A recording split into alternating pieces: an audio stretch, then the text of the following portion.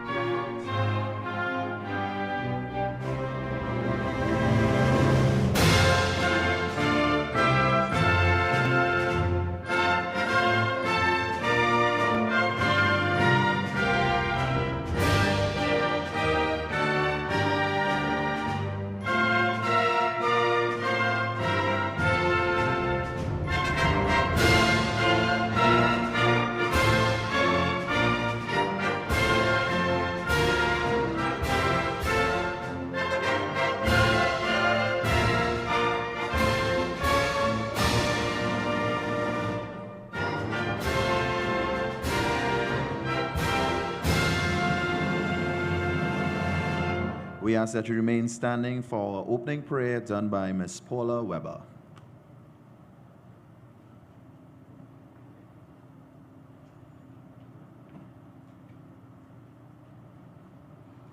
Good morning to you beautiful people. Let's bow our heads in prayer. Lord, I pray for blessings on the proceeding this morning. I pray that whatever we say and do will be to your honor and glory.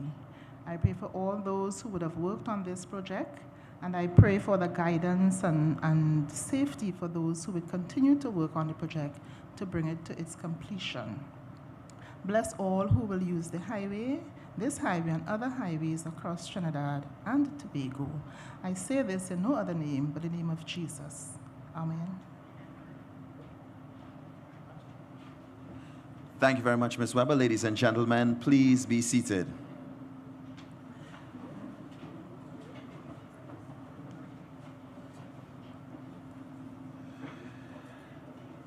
Senator the Honorable, Dr. the Honorable Keith Rowley, Prime Minister of the Republic of Trinidad and Tobago.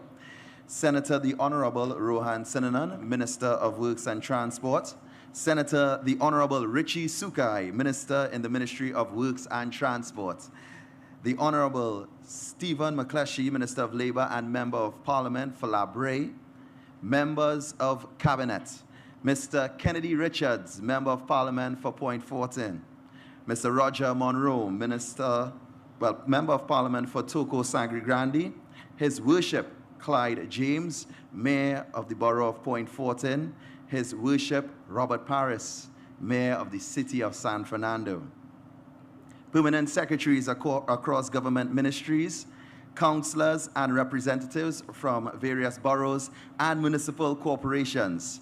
Herbert George, Chairman of the Board of Directors of National Infrastructure Development Company Limited, Board of Directors of NIDCO, Ms. Esther Farmer, President of NIDCO, representatives from the Chamber of Commerce and Business Sectors, staff of NIDCO and Ministry of Works and Transport, consultants and contractors, awardees, students, specially invited guests, members of the media, distinguished ladies and gentlemen, good morning. Well, based on the amount of important persons acknowledged, I would just like everyone to know, especially our subsequent speakers, the repeating of this list is not necessary. My name is Hans Devines, and I am honored here to be in a borough of so much greatness, Point Fortin.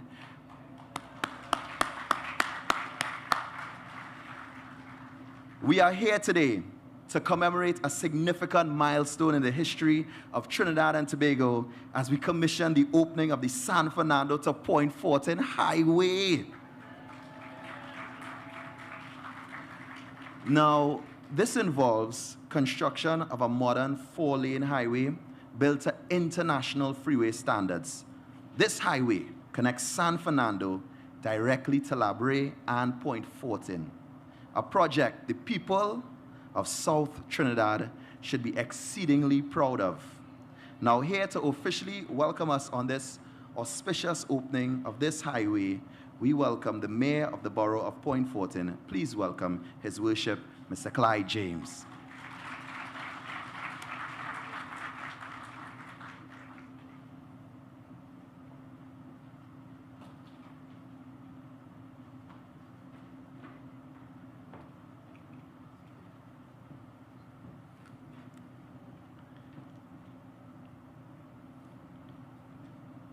The Honorable Prime Minister, Dr. Keith Rowley, Senator the Honorable Rohan Sinanan, Minister of Works and Transport, the Honorable Steve McClashy, Minister of Labour and a Member of Parliament for Brea, Kennedy Richard, Member of Parliament for Point Fortin, other distinguished guests, ladies and gentlemen, good morning. It gives me great pleasure to welcome you here to this borough of Point Fortin. On this occasion, when we are now going to open the final segment of this highway. As most of you would not know, the idea of this highway was conceptualized in 1958 when the then Shell company was operating in Point Fortin. That idea has now come to full fruition, and we are here to bring that idea to reality. The information of that highway will be given later on in the later part of the segment. But as the 12th borough of Point Fortin, we welcome you to inaugurate this idea and to make sure that the traveling public of Point Fortin in particular and Trinidad and Tobago in general will benefit from easier access to Point Fortin, which will also be an opportunity to increase commerce and tourism. Once again, we welcome you to Point Fortin, and we hope that you'll have a wonderful stay with us today and enjoy the rest of the show. Thank you very much.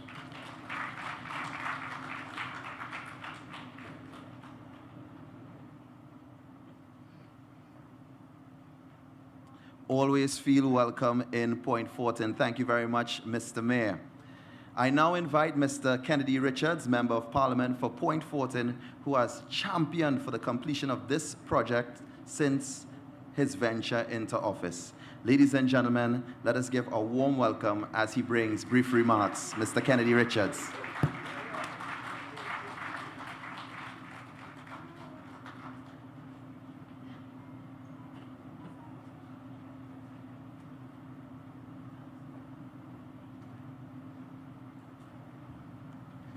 Good morning, everyone.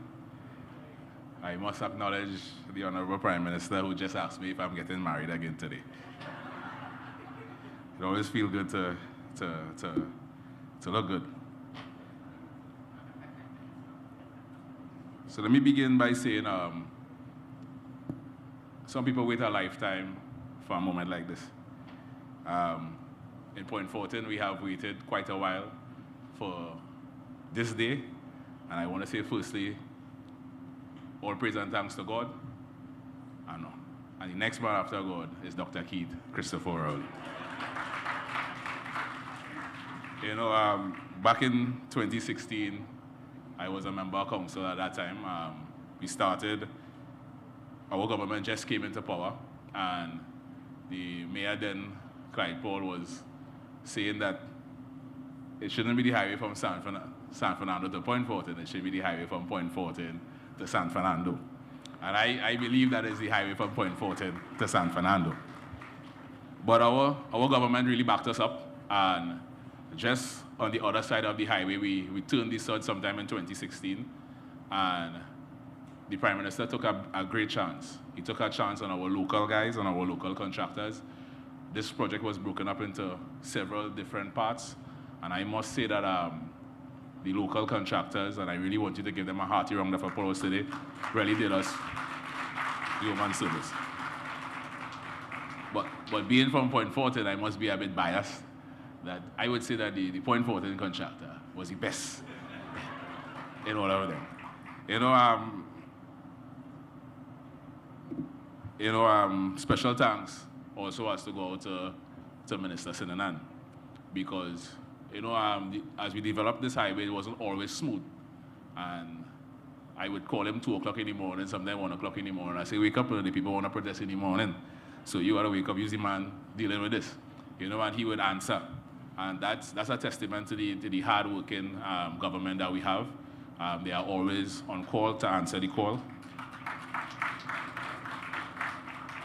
Just around the time of the local election, people wanted the highway, but I'm giving them reasonable updates. Every 2 weeks I've been meeting with NEDCO, Mr. Bisham, Sipasad, and Sajiv Lal. I always met with them every 2 weeks to see how the highway was developing. And I would put out a video ever so often. Whether it was good news or it was bad news, we put out the information there. And one day, it was just about 2 weeks before the election, the people say, hey, they didn't vote if they didn't get the highway. So I decided I called in Minister Sinanan. And the very next day, we had a meeting with the taxi drivers, and we were able to allay their fears. And today, I think some of them are here. The president is here, and I think, right, so they're waving in the back, so they are here. I want to pay special thanks to them as well for understanding, because this piece of infrastructure is over $7 billion. And I think you will hear that a bit further. And I think our government must be commended for today. It's something that we cannot say. So I don't have long, but I want to say what I expect as a member of parliament. I expect that as people at Point Fortin, we don't use the highway to leave alone.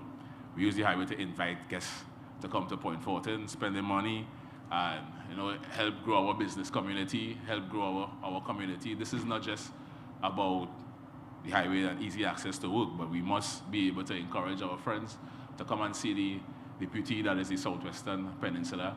I think I was having a conversation with the PM earlier on this week. And, and a couple of people would have said that they never really saw the beauty of Point Fortin and Brea. So as you traverse along the highway, take it in, because it's something that we haven't seen, and invite the people to come. I also want to ask the Southwest Chamber, to partner with me, partner with the council. Let's look alive. Let's get going and bring some energy into our business community. The highway is something that is going to really offer opportunity for Point Fortin to become, as we always say, the best place to work, invest. And it's the investment I'm looking at. We always say that we don't have jobs, we don't have this, but this is an opportunity for us to really stamp and take our mark in the business community in Point Fortin. And one of our former MPs is the Minister of Trade and Industry, and I'm sure that she will continue to support Point Fortin in a special way. So some of the future plans that we have for Point Fortin is that we would be very soon looking into having a 24-hour gas station right here in Point Fortin with a full development. Also, we are going to establish an administrative complex. This is a government campus. We put all the government offices in one, so you have a one-stop shop. You can get your passport, your ID card, driver's permit, everything in one building. So we're really doing things in this P&M government to ease your everyday living and ease the way you do business. I just want all the former MPs, if you are here, just to take a stand. I see this. All right, so we have Paula, we have Mr. Chung, and I really wanted to give them a hearty round of applause.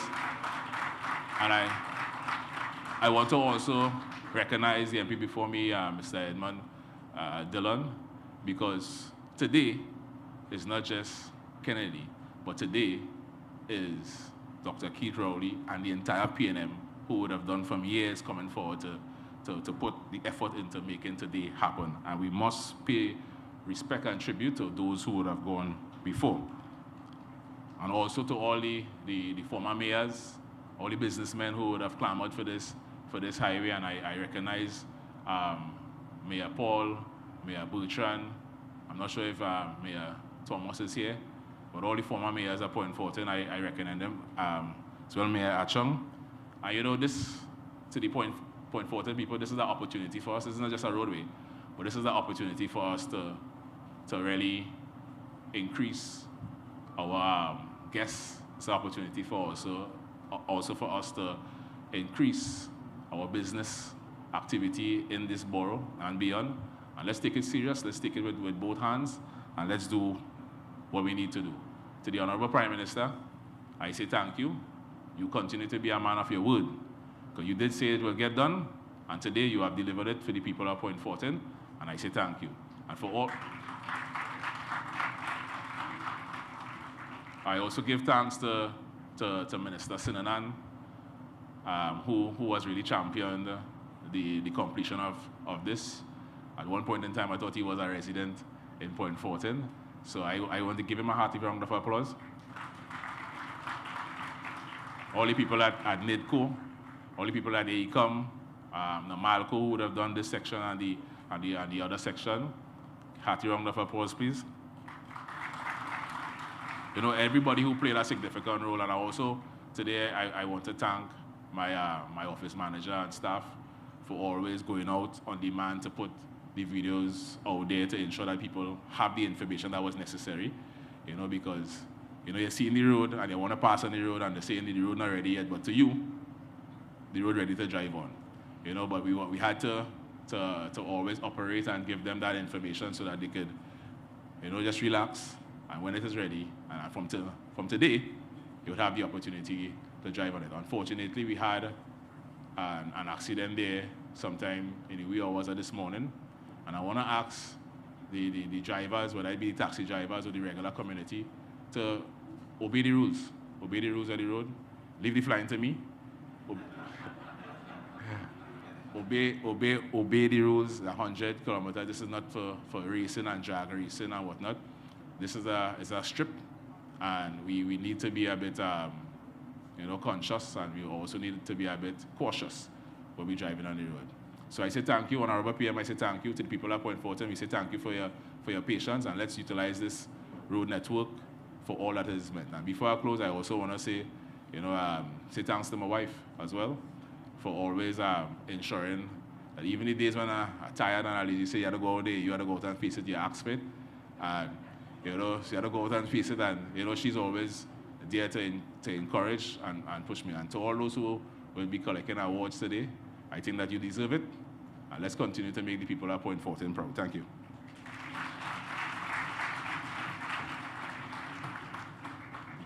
Mr. Kennedy Richards, you can hear the pride of Point Fortin in that gentleman. You all know it, Point Fortin. That is yours. Next on the program, we have the Honorable Stephen McClatchy, Minister of Labour and Member of Parliament for Brea. Please welcome him with a lusty round of applause.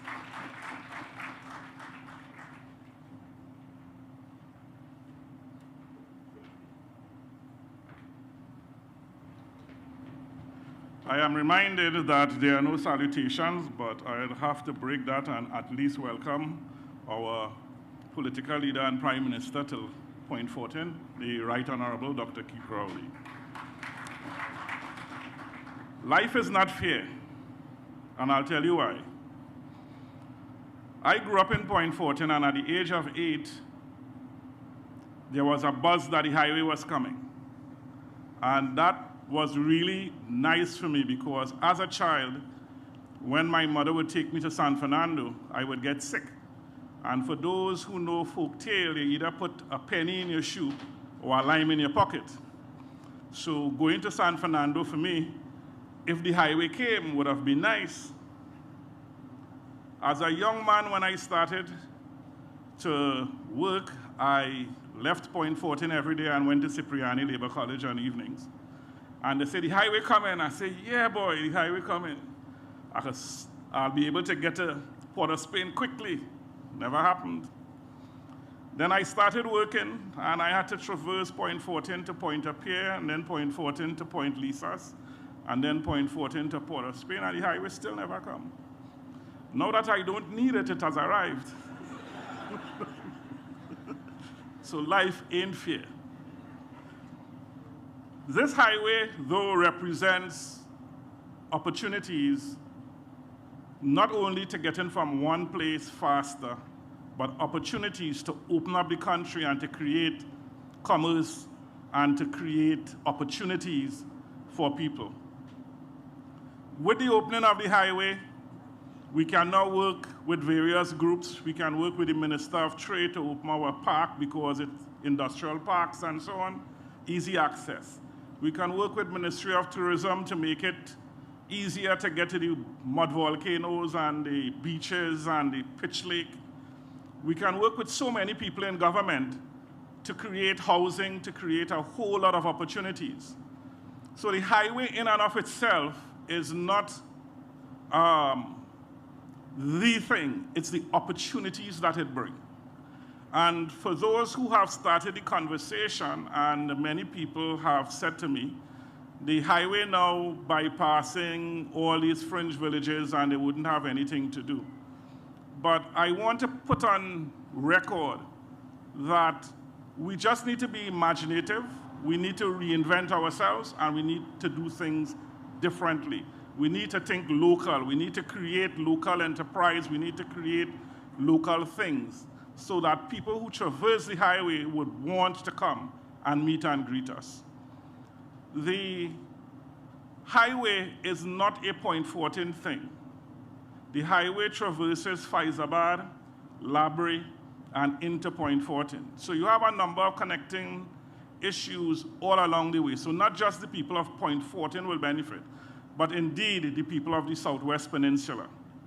And I look forward to working with all the groups, working with all those who are looking at developing the Southwest Peninsula. And we have coined that phrase because we recognize we cannot separate Brea from Point Fortin or Point Fortin from Faizabad. We all belong to the same cocoon, the same heritage, the same parents. We may be separated by some bush, but if we connect another road from from Brea to Brea South, which is Rancho and so on, then we even open up the place even more. So I'm sowing a seed here that in doing so, we can even open up the entire Southwest Peninsula and have easy access. I want to take a moment to congratulate the nominees who will be receiving awards today. Many of them are stalwarts in our communities. They have done well, they have done proud, and I'm happy to be with them here to celebrate with them. I thank you, ladies and gentlemen.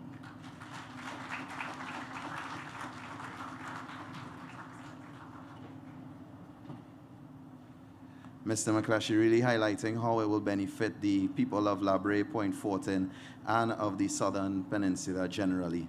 Ladies and gentlemen, Trinidad and Tobago, we have no shortage of talent. Today, whilst we celebrate the excellence of our local engineers, contractors, and consultants who have all worked tirelessly to ensure that this highway is completed, let's take some time to appreciate an interpretive dance piece which has become synonymous with our culture. The Ganges Meets the Nile, performed by the Kalnayak Indian and African Dance Group. Please put your hands together as we welcome the Kalnayak Dance Group.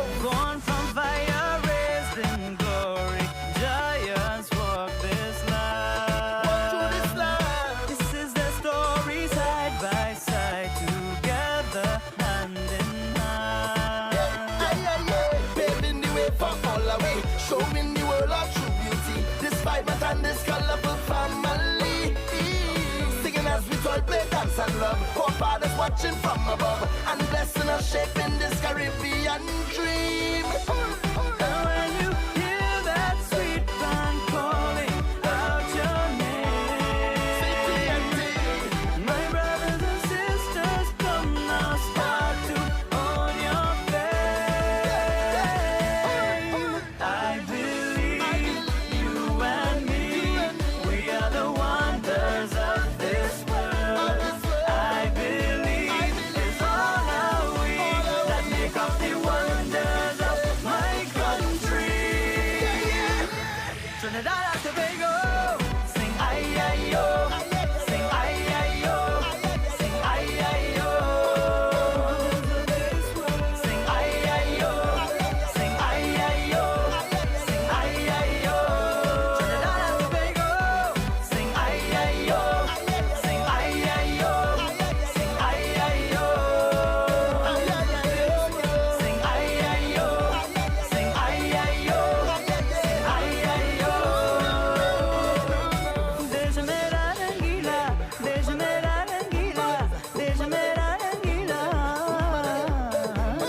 Déjame dar anguila, déjame dar anguila, déjame dar anguila.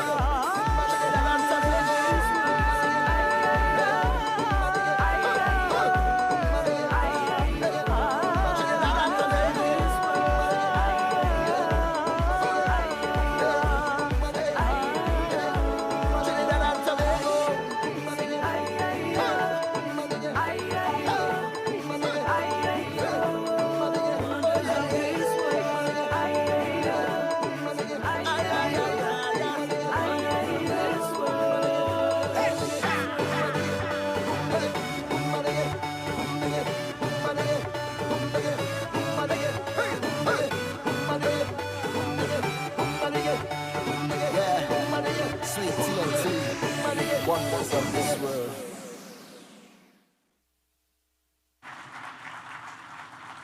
The Kalnayak Dance Company reminding us of the beauty of our culture and the talent that is Trinidad and Tobago.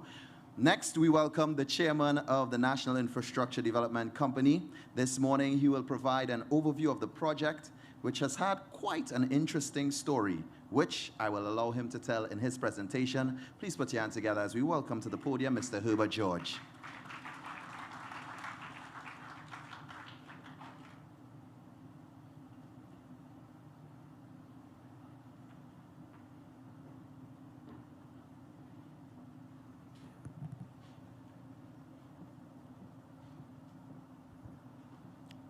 Good morning all protocols observed. Today we at NIDCO, we have come officially to deliver completed segments of the highway from Point to San Fernando, which forms part of a greater highway, which is part of the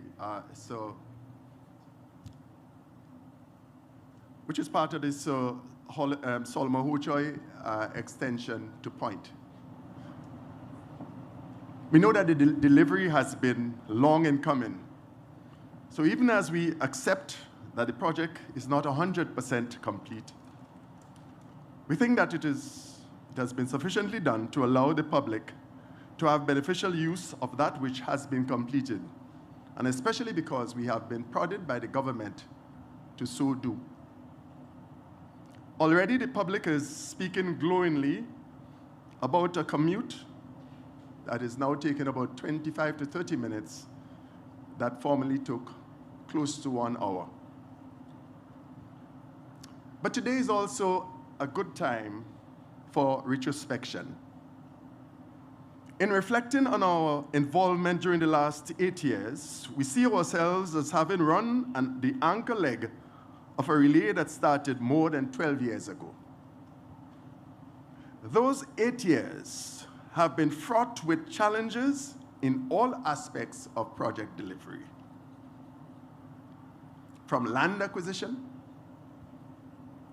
designs, material supplies, and construction. Nonetheless, we are at the point today where we, all of us and our construction partners, can consider ourselves better off for having withstood the heat and burden of the day. As we look back today, we recall that the baton was passed to us in September of 2015. At that time, we took on an ongoing project that was being done by a main contractor under a design-build FIDIC Yellow Book contract. The contract sum at the time was 5.03 billion TT dollars, VAT inclusive. It was a 4-year contract from March 28, 2011 to March 27, 2015.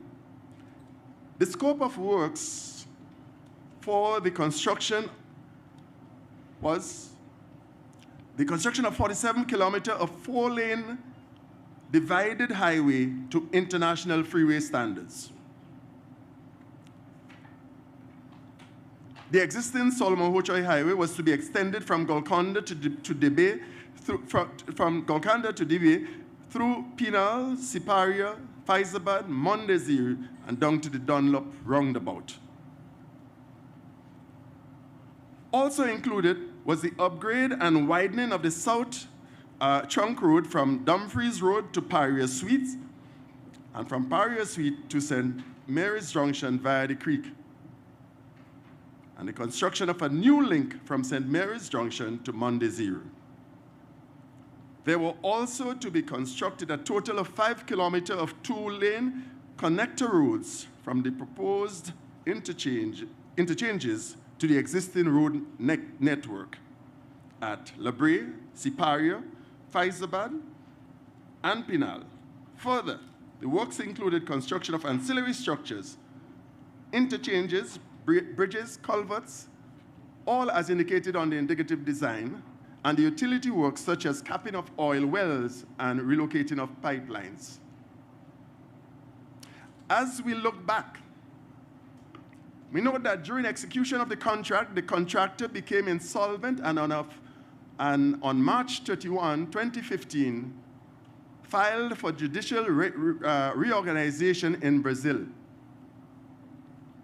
Such insolvency would immediately trigger NIDCO's right to terminate the contract pursuant to clause 15.2E of the contract. Instead, NIDCO chose to negotiate an agreement with the contractor to allow him to continue with the project. Negotiations were conducted against the backdrop where the contractor had prevailed upon NIDCO that despite his insolvency, he wished to remain operational on the project subject to the implementation of some scope and commercial adjustments. This gave rise to Addendum 2. On September 4, 2015, it inter alia removed from the contractor's scope a 10.6 kilometer, which is 22.4% section of the 4-lane highway from Pinal to Mon Desir, and 1.25 kilometer, which is 25% of the 2-lane connector roads from Brea to Southern Main Road. It also reduced the interchange at Brea to a roundabout. The agreement was that the contractor will complete the reduced scope and exit the project by May 28, 2016. The reduction in scope was done to facilitate the contractor's reduced ability to execute his original contractual works as a result of his insolvency. It was further agreed that before leaving, the contractor will procure the services of local subcontractors to construct the elements that were excised from his scope. The contractor will award works contract to the successful subcontractors procured through selective tendering, then novate the contracts to NIDCO. The net deleterious effect of such an approach would be would be the transference of the time, cost, and design risks from the contractor back to NIDCO, while the contractor was being relieved from his contractual responsibility. The contract sum was reduced from $5.2 billion to $4.9 billion.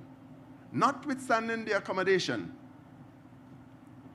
there was a stark lack of performance from the contractor, which forced NIDCO, and we're talking now about the anchor leg team, on July 6, 2016, to terminate the contract.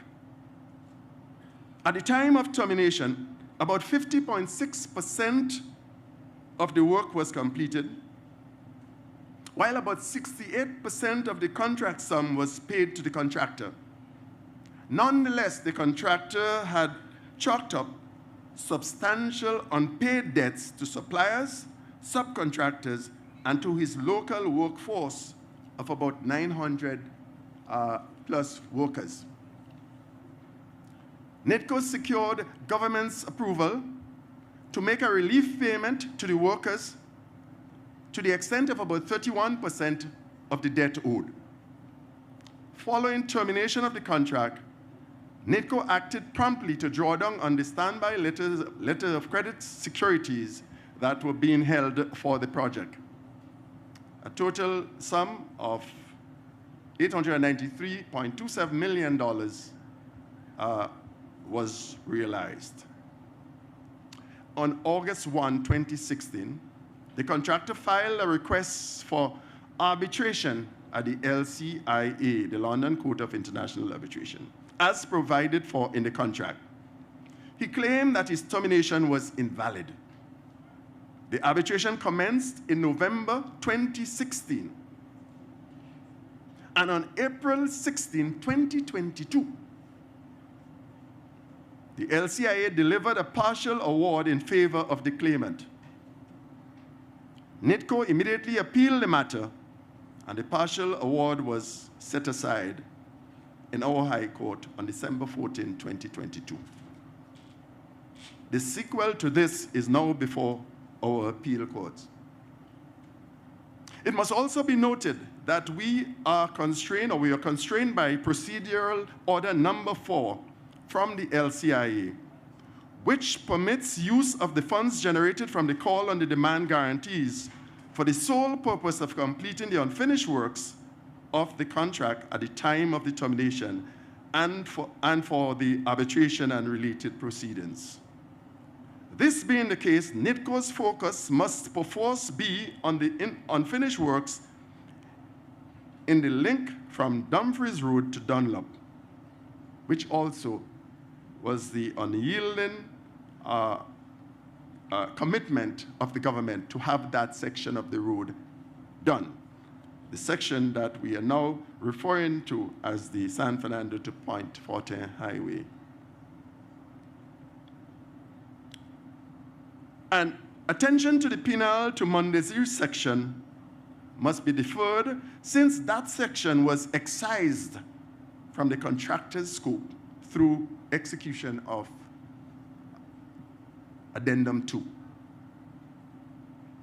Upon termination of the contractor, NIDCO had to determine a methodology for executing the unfinished works within the scope of the contractor at the time of termination. Government's directive was that we should use local contractors to complete the project. And other elements of the methodology were, 1, using a FIDIC Red Book from form of contract, where the design details, specs, and bill of quantities would be prepared and furnished to prospective tenderers for tendering. Procuring additional design consultancy service to complete the unfinished design works and to prepare tender documents for issuing to tenderers, because the contractor before did not complete the design required for the entire highway. We retained the services of a company called CH2M to carry on, to assist our ever-dependable ACOM with the design and preparation of those documents. We are also required to group the work to be done into smaller work packages so as to encourage the participation of the widest subset of capable local contractors in the tender process. And tenders or contractors were selected through competitive open tendering and through application of the stated methodology. And after being given the all clear to proceed with the works by the team of investigators engaged in the arbitral matter, because we couldn't just go and continue the works just like that, 12 packages were defined, the execution of which was awarded to the following contractors. And I want to just crave your indulgence to take some time to recognize those contractors. We had a package known as 1A. It went to Lutchmissings Transport Contractors Limited. It was for the sum of 39.43 million TT dollars, and it involved the completion of Mosquito Creek and Godineau River bridges. 1B. It went to Namalco Construction Services Limited. It was for a total sum of $58.6 million. It was for the Mon Desir Interchange Bridge and the Oropouche River Bridge. 1C, it went to Junior Sammy Contractors Limited. It was for the sum of $125.6 million, and it had to do with the St. Mary's Bridge, Interchange Bridge, Grants Road Interchange Bridge, and Delay Road Overpass. 1D was won by Namalco Construction Services Limited for $39.9 million. Was for number 8 Road Overpass and Guapo River Bridge. 2A, Junior Sammy Contractors Limited. Junior Sammy Contractors Limited. It was for $95.01 million for road widening from Dumfries intersection to Mosquito Creek. 2B was also to Junior Sammy Contractors Limited. It was for $121.8 million, million. It was for road widening of South Trunk Road from Godineau to St. Mary's. 2C, Lutchmissings Transport Contractors Limited. It was for $219.15 million, and that covered works on the Mon Desir to Eccles Trace and from St. Mary's Junction to Mon Desir. 3A, Lutchmissing Transport Contractors Limited, again. It was for $272.47 million. It was for the Brea Interchange and Southern Main Road Overpass. 5A went to Josamco Pavers Limited. It was for $280.98 million, and it was for the road between Mosquito Creek and Godineau River Bridge. 5B, Namalco Construction Services Limited for $256.87 million. It was for the road from Eccles Trace to Brea. 5D, Namalco Services Limited for $258.56. It was for road between Southern Main Road and the Dunlop roundabout. And finally, for 6C, for General Earth Movers Limited for $161.8 million, the road from Brea to B44 and from Faizabad to Mon Desir. The total contract sum for those works were $1.91 billion TT dollars. What was realized from the drawdown of the securities that we held was $893.27 million. So construction activities have been successful, notwithstanding delays due to, one, and that's the most significant one, mop-up activities after termination of the contractor, and to all having to act in compliance with the arbitral procedures. Two, the COVID-19 pandemic, and three, material shortages, for example, suitable aggregate and asphalt. which is less of an issue now, but we had to contend with that.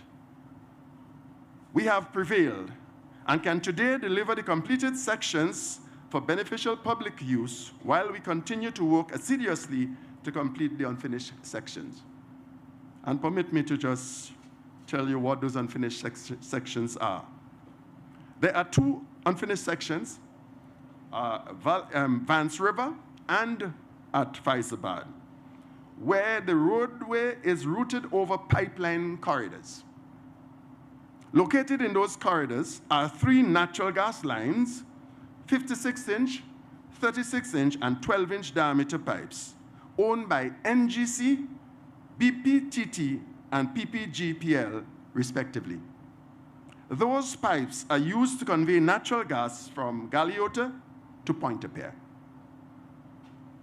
And the third spot of bother, or of unfinished work, is the failed northbound section on the creek, the gas corridors. Discussions are ongoing with the owners of the pipelines to secure their approval to our proposed construction solution, which includes the use of lightweight geofoam to construct the embankment across the corridors. Owners are carefully considering the risks associated and with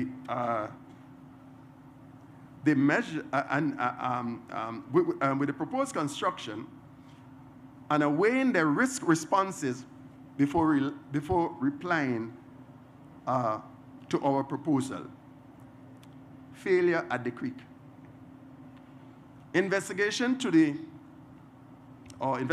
the cause of the failure have been carried out. Additional site geotechnical field work and studies have been done. And this has enabled the designers enabled the design of a fix to be implemented.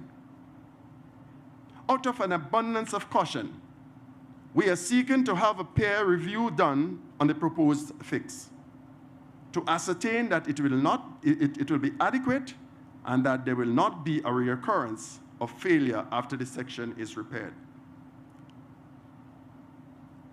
From all indication, the failure was precipitated by the use of design assumptions and parameters that panned out to be inaccurate. Both south and northbound sections of that highway are geotechnically similar and should have been treated similarly in the design. It was assumed that primary settlement had already occurred on the northbound section, maybe because of its years of use. As a result, the construction methodology used on the northbound was standard for the most part and was different from that used on the southbound. The latter utilized, that is on the southbound, where we used stage construction, where the embankment was surcharged incrementally in layers, and settlements and pour water pressures were monitored to determine when it was safe to place a new surcharge layer. Wet drains were also used to accelerate consolidation through the safe dissipation of pour water pressure. The same approach should have been used for the northbound. This was not the case because the design assumption thought that was not necessary. Finally, the experience gained on this project has been vast and varied and will serve us well in the design and implementation of infrastructural works in going forward. Permit me now to take this opportunity publicly to recognize and thank members of this anchor leg. First of all, I want to recognize and thank ECOM. ECOM, they have provided the FIDIC engineering services. They have been our design reviewer. They have done the designs where required, and they have done day-to-day construction management. And for this, we say thanks to ECOM. There was EISL, geotechnical consultant. They did the site investigation and reports, and they were always available to investigate the anomalies that we encountered as we worked along the footprint of the highway. Then, of course, there was CH2M that completed the designs after termination of the contractor. There was ACQ, who guided the processes of land acquisition. There were all the contractors. I do not want to crave your indulgence any further to refer to them singularly. Collectively, I'll want to say thank you for a job well done. And because we're in Point, and I will do as Parliamentary Representative Richard, I think, said that he's a bit biased. Well, I'm from the north, and I speak not out of bias, but out of experiential knowledge. Namalko, you have done well, right? And we thank you. And Junior Sammy, don't start asking me, well, how about you? You also did well, right? But I'm in Point. Well, Parry, you too? They all did well, and we want to recognize the fact that the contractors, our local contractors, came to the party and they delivered. So to all the contractors, I thank you for a job well done. And not something I do normally, and I think I should. I want to recognize NIDCO. NIDCO's team for sort of a maintaining focus and for doing the oversight work that was required, for marshalling all the forces or all the trades and so that were used in the delivery of the job. So NIDCO workers, and well, I see the president is here. President, please, on our behalf, thank your workers. I really do appreciate what they have done. So I thank you, and I hope that I have outlined to you why it took your highway all of 8 years to get done. It should have been done in 4 as part of a larger one. So I thank you.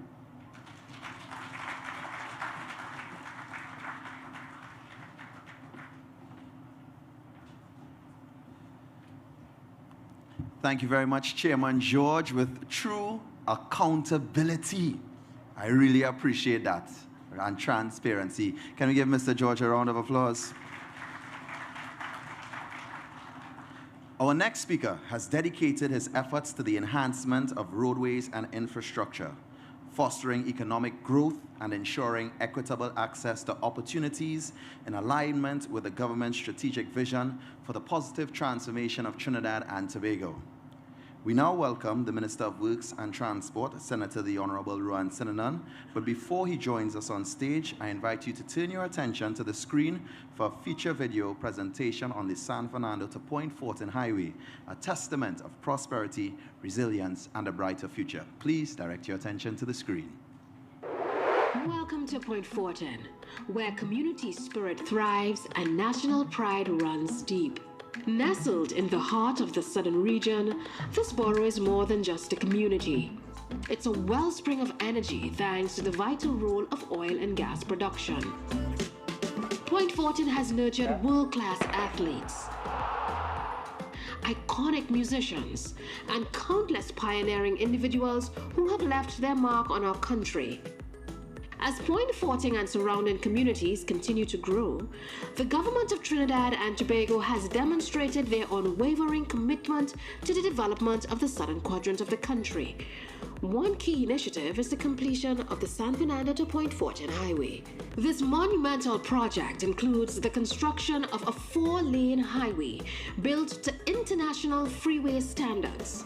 It comprises several segments that directly connect San Fernando to Brea and Point Fortin. Spanning 29 kilometers, this highway boasts 3 overpasses at Eccles Trace, Daly Road Southern Main Road, and Number 8 Road.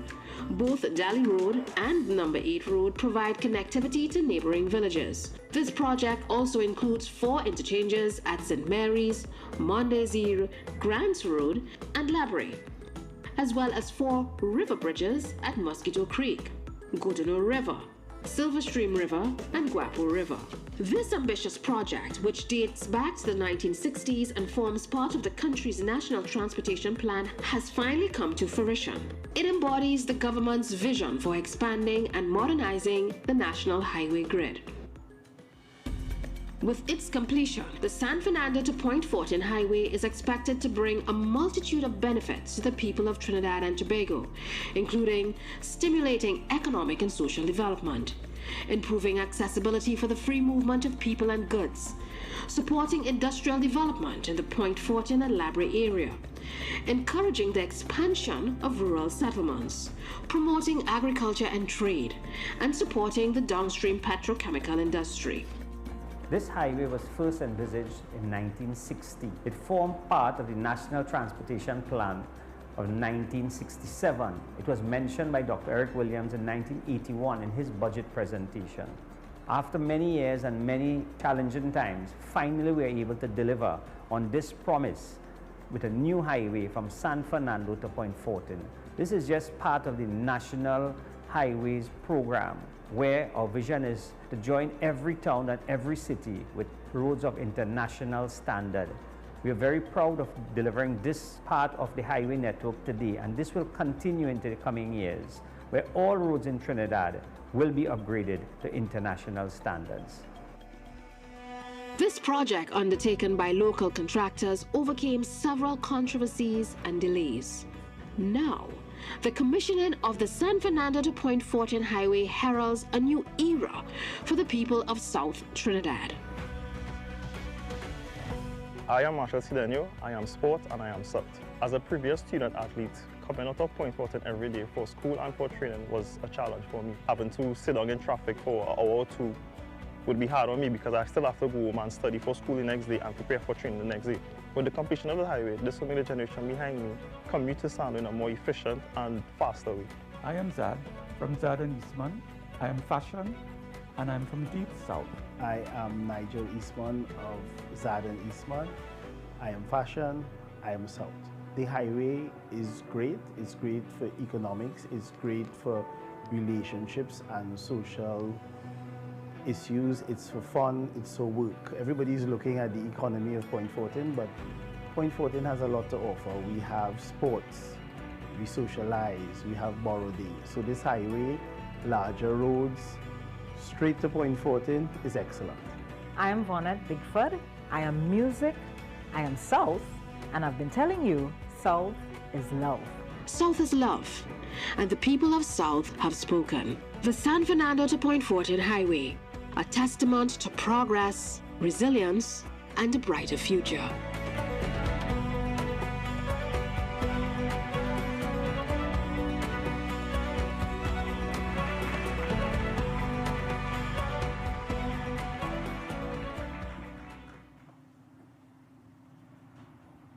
Well, thank you, the Callscom team at the Ministry of Works and Transport. Wonderful and dedicated staff, and a wonderful video being done in the last couple of days. I know we have some rules with the salutation in the interest of time, but I must recognize the Honorable Prime Minister and to thank him again for the confidence in me as Minister of Works for the last 7 years. I don't have a speech because today is not really about me. And I think we heard a lot from NIDCO, and we will hear a lot from the Prime Minister. Today is about the people in Point Fortin, Brea, San Fernando, and all the commuters who will be using this highway. And it's about information. But I want to start by saying, a different way, by saying, great is the PNM. Great is the PNM. Great is the PNM. And I said that because only 2 days ago in the Parliament, the Shadow Minister of Works was trying to lay claim to this highway. Shadow Minister of Works on the opposition side was trying to lay claim that we are going to open their highway. That set the tone for my speech here today, my remarks. You see, this highway the conversation started, and the MP for Labrie said in 1958. There are records that showed that the conversation between 58 and 60 started. And I went back to the archives of the Ministry of Works, because I have been speaking about this 1967 plan, the National Highway Plan for Infrastructure in Trinidad, going back to 1967. But I was speaking about something that I never saw. And I told the ministry, if you have me speaking about something, I need to see it. And I asked them to go back into the vaults, go back into the bunkers, whether it's in Chagaramas or wherever, and find that plan. And that display that you're seeing there, that is the 1967 National Transportation Plan for Trinidad and Tobago. That was the last approved transportation plan for Trinidad and Tobago. And 1967, who was in office? Who was in office? And if you go back to that plan on page, I have a copy of it here. There's a copy of it. And you go back to page 62, 1967. The Southern Highway Extension, with routes and everything. And if you go further on in the plan, on another page, you will see the conversations and the designs for the highway network around Trinidad, which includes a road all the way to Mayaro, from Sandy Grande, a highway from some Wallafield through Sandy Grande to Manzalina and then on to Mayaro. 1967, that was Dr. Eric Williams' vision for the road network in Trinidad and Tobago. That was 2 years after I was born. So for those of you who might be around 50, I mean, I'm 35, but for those of you who are around 50, understand that Dr. Williams' vision and the PNM vision for Trinidad started long before we were born. So for those of you who are trying to claim the highway from San Fernando to Point Fortin, you're late in the running. It was in 2004, under PNM government, and I think it might have been the Minister of Works at the time, Mr. Colum Imbert, if I'm not mistaken, because from all the records I saw his name coming up a little more prominent than mine, so that's why I can't claim anything today, commissioned the study and the designs for this highway. I think it was completed in 2007 under which government? A People's National Movement government.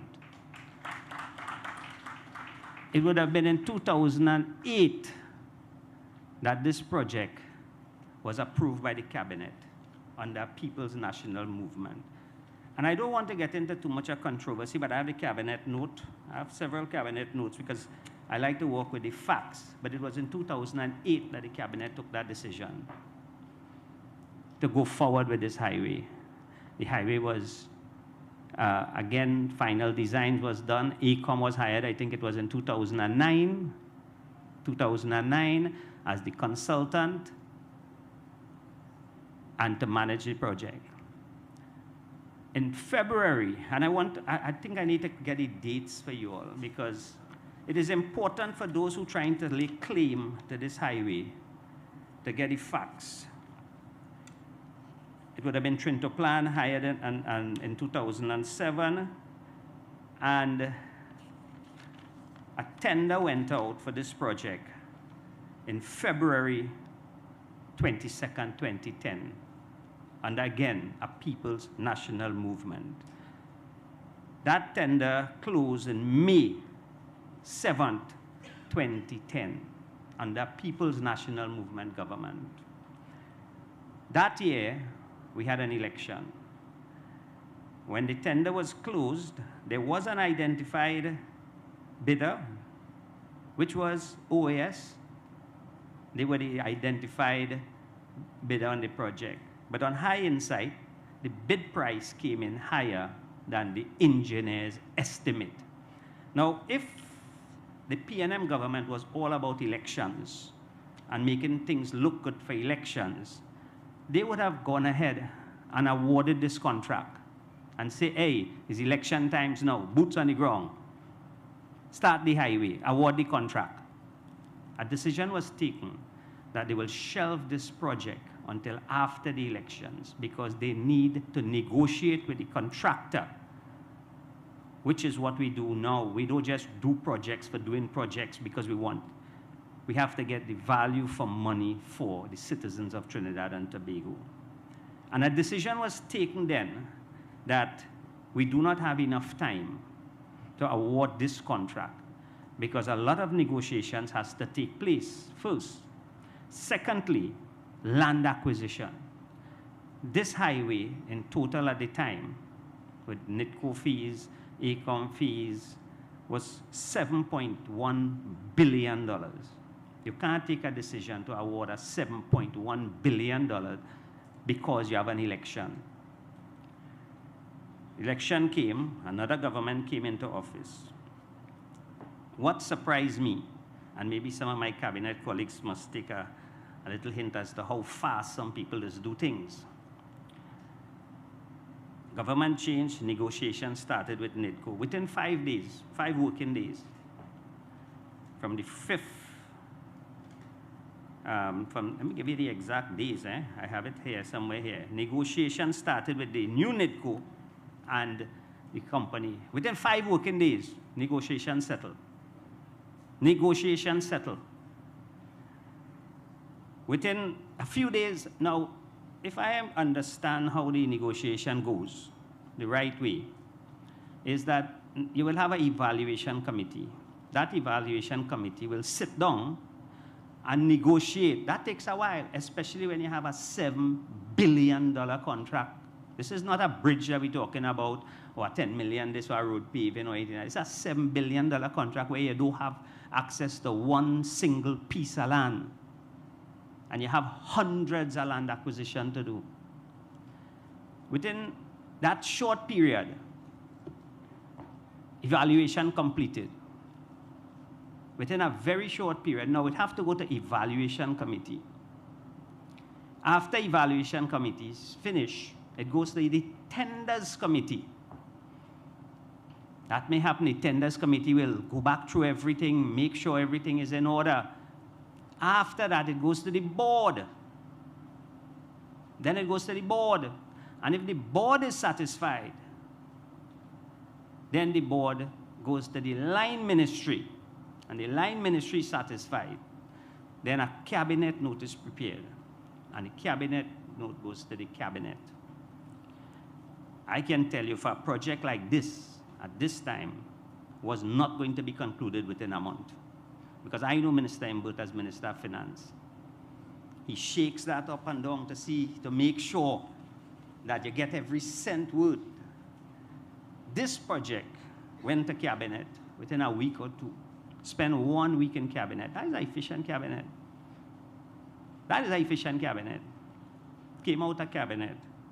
Within days, somebody from NITCO, and let me quote, NITCO OS took place during the period January 5th, 11th, January 14th, negotiation, and there's a part here where letter dated March, NITCO authorized OS to proceed with the designs by the 4th of March. No contract. Somebody in NITCO take up the phone. OS, we get through. Go ahead, start to prepare. That is how this went. Because I'm looking at the documents and then I'm seeing on the 4th of July 2011, NITCO then entered into agreement. In other words, the contract was signed on the 4th of July. But on the 14th, in March, NITCO tell them, go ahead, $7 billion, you get it, start. No contract. Now that is the sort of things that cause a bacchanal in a project. Let me tell you how we approached a similar project like this when I came in 2016. One of the documents that I found that I had to deal with was the highway from Kumoto, Wallerfield to Manzalina in those days. That's what it's called. There was a contract there for $1.8 billion that was ready to be awarded. I think the company would have been China Railway. And I went to the Prime Minister and the senior members in Cabinet. I said, this doesn't make sense. Because we're going to award a contract for $1.8 billion. And we do have a single piece of land. We have about 600 persons to negotiate with. Why don't we cut the project up? Do it in phases as we get the land, because highways don't build overnight. And that was our approach. In this case, that wasn't the approach. They award the whole highway, lock, stock, and barrel. No land acquisition. And that is why today, our land acquisition bill have probably reached about, owing people could be close to $700–800 million. We have land that we don't know. We can't find the people, all kind of craziness. We leave that to see what is going to happen. But what that sort of procurement caused, remember the contract was signed, I said in June, let me give you the date so you would know what happened here. The contract with OAS was signed in July, July 4th, 2011. But what is significant is that by the end of 2011, the contractor indicated to NIDCO that, hey, we're in problems. You see those dates that we give you there? We can't keep them because we don't have no access to no land. So costs start to run. So the project ran into trouble within months of the signing of the agreement. And that is why the highway ended up in the controversies. You had reroute movement. Let's not forget that. Remember Dr. Kublal Singh? Remember the day ministers had to come down and throw religious murtis and so, as we call them, out and say we're going and build the highway and so? All those controversies because poor planning at the start. And if they had listened to Mr. Imbert at the time, who was the Minister of Works, and look at how the P&M approach it and say, hey, you don't sign a $7 billion contract in a month. You have to sort out a lot of things first. This highway could have been completed long before. Whatever happened during that time, by November 2016, I went in as minister. By 2017, the cabinet took a decision. We're going to restart the highway. I made that statement. I remember, I think Ms. Sharon Mbe is here, who's my advisor. Kizzy Rees is here, they were in communication. One morning, they called me and said, Minister, don't come to the office today because there's a big protest planned downstairs. I said, serious? They said, yes, some giants in blue coming to march. I said, wow, where they are? They said, they're on the Brea Lara Promenade. I said, okay. Drive down the promenade, I look at them and I say, nah, I could handle that. I could handle that. So I went to the office, we had a meeting, and I told the staff, I said, when they reach downstairs, let me know. Look out for them. So the meeting started, and then one of them came and said, Minister, the downstairs, you sure you want to go? I said, don't worry, I'm going downstairs. I went to the elevator. The elevator was in use, so I had to stand up. I found it was taking a little long. I run down six flights of stairs. I leave the staff upstairs. By the time I reach down, them still waiting for the elevator. I run outside. And I tap them on the shoulder. I say, comrade, you come to look for me? Yes, but they were now putting up the placards and things. They came to protest. I said, no, let's go upstairs. Let's go upstairs. Bring 20 people, because it was about 500 of them. I said, bring 20 people. Took them up to the boardroom. But when we went by the elevator was again in use, so we had to stand up. I said, comrades, I just run down 6 floors, Let me go up. So I took them up. But by the time we reached up, the meeting finished because they were blowing. So I know they couldn't talk too much. So we started the conversation, and they told me that I can't start back the highway. I said, what? I excited again to start the highway. And they said, no, you can't start the highway because we were owing the staff, I think it was about, OAS was owing the staff about $30 million. And unless they get paid, the highway can't start. they will not allow the highway to start. I say, all right. I say, well, look, you're the union, you have to do what you have to do. I am the minister, I have to do what I have to do. But I guarantee you the highway is starting back. I went to the cabinet, and after some push and pull, the Prime Minister decided, look, we will not be paying 30 million, because we're not liable to that. That's OAS owing them. And we made a payment to the 1,100 employees, because OAS had dismissed them without any benefits that they were entitled to. And the cabinet agreed to pay them, I think it's $8 million. We paid them the $8 million. Most of them, if not all of them, got employment with the local contractors. The highway started. No controversies, no stoppage of work except for the COVID period where we had the national shutdown. And today, we could deliver on that highway without any controversy. And that is why I say great is the PNM. This was the PNM project from 1960, and you follow the thread and you will see every decision. Now, the opposition wants to claim access. The opposition did do, I think it was 2 openings on the highway. And they're boasting about that, those 2 openings. I want to tell the population today, one of the segments that they opened, I think it is 2C or one of them, we had to pay a contractor $220 million to complete it. Because when they open it, now that's an insult to the people of Brea and Point Fortin. The highways are built with 4 layers or 5 layers of paving, and then you have the last layer, which is the TLA, lake asphalt bitumen. One section they open, they just open the foundation. Up to today, there's no final layer on the highway. We have to go back and fix that. The second one they open, where they had the big function, they put the TLA there. And the rest, they left it just like that. We had to pay $220 million to one of the contractors as a segment to finish that. So the 2 areas that they open, one, no final layer. They open the foundation, and we shouldn't be surprised at that. I remember the Cuba Hospital, where they open the building and say it's a hospital. They open the road, say it's completed, but no final layer. They open the foundation. And the second one, the paved part, left the rest. And we had to go in and fix it. So they have no claim on this highway except bubble, corruption, mismanagement, and bacchanal.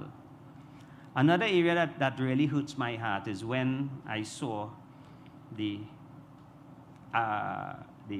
addendum. I saw where a company filed for bankruptcy in March. In March. A company that was giving you problems from day one, behind from day one, owing over $500 million to local suppliers. Can't pay. Work going at a snail pace. Went into bankruptcy in March. You wait until September 4th. I think the election was September 6th. Right? 7th. Take out a clause. Right? When you had from March to September to terminate. But what is insulting on that to me, when I inquired from NIDCO, you know, we paid them from March to September close to $1 billion, $980 million. We paid them and nothing was going on. You judge. All I can say is that this government have a vision for Trinidad. It started with Dr. Williams way back in the 60s. It is continuing right now at the Ministry of Works and Transport. We have the Kumoto to the Wallerfield to Sandy Grande Highway ongoing to be delivered in the first quarter, access in the first quarter of 2024.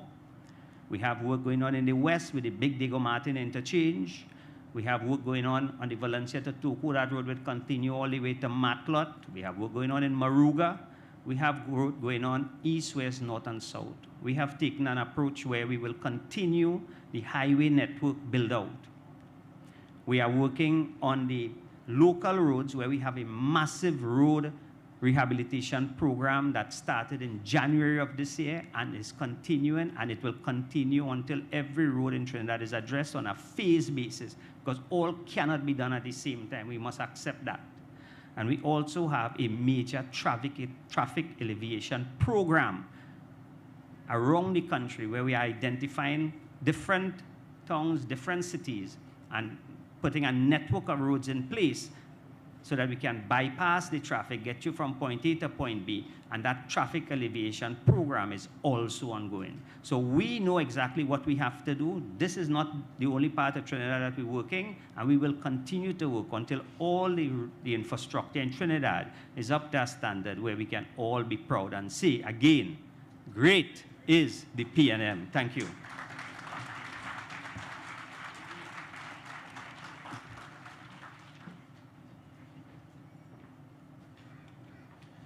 Minister Rohan Sinanan giving us a comprehensive view of the entire project. And one thing I really love when the minister speaks, he speaks about the people who work behind the scenes to make it happen, and of course the people that it will affect positively. Once again, let's hear it for Honorable Minister of Works and Transport. Oh, it's now time for our feature address. Our feature address is done by someone who has unwavering dedication to rejuvenating Trinidad and Tobago's economy and reinstalling trust, fairness, and social equality within the nation. In his pursuit, he underscores the significance of establishing an extensive, top-notch infrastructure framework for fostering socio-economic advancement. He has prioritized enhancing productivity through superior infrastructure and transportation systems through his entire tenure. Here to deliver our feature address, ladies and gentlemen, please put your hands together for the Prime Minister of our great Republic of Trinidad and Tobago, Dr. the Honorable Keith Christopher Rowley.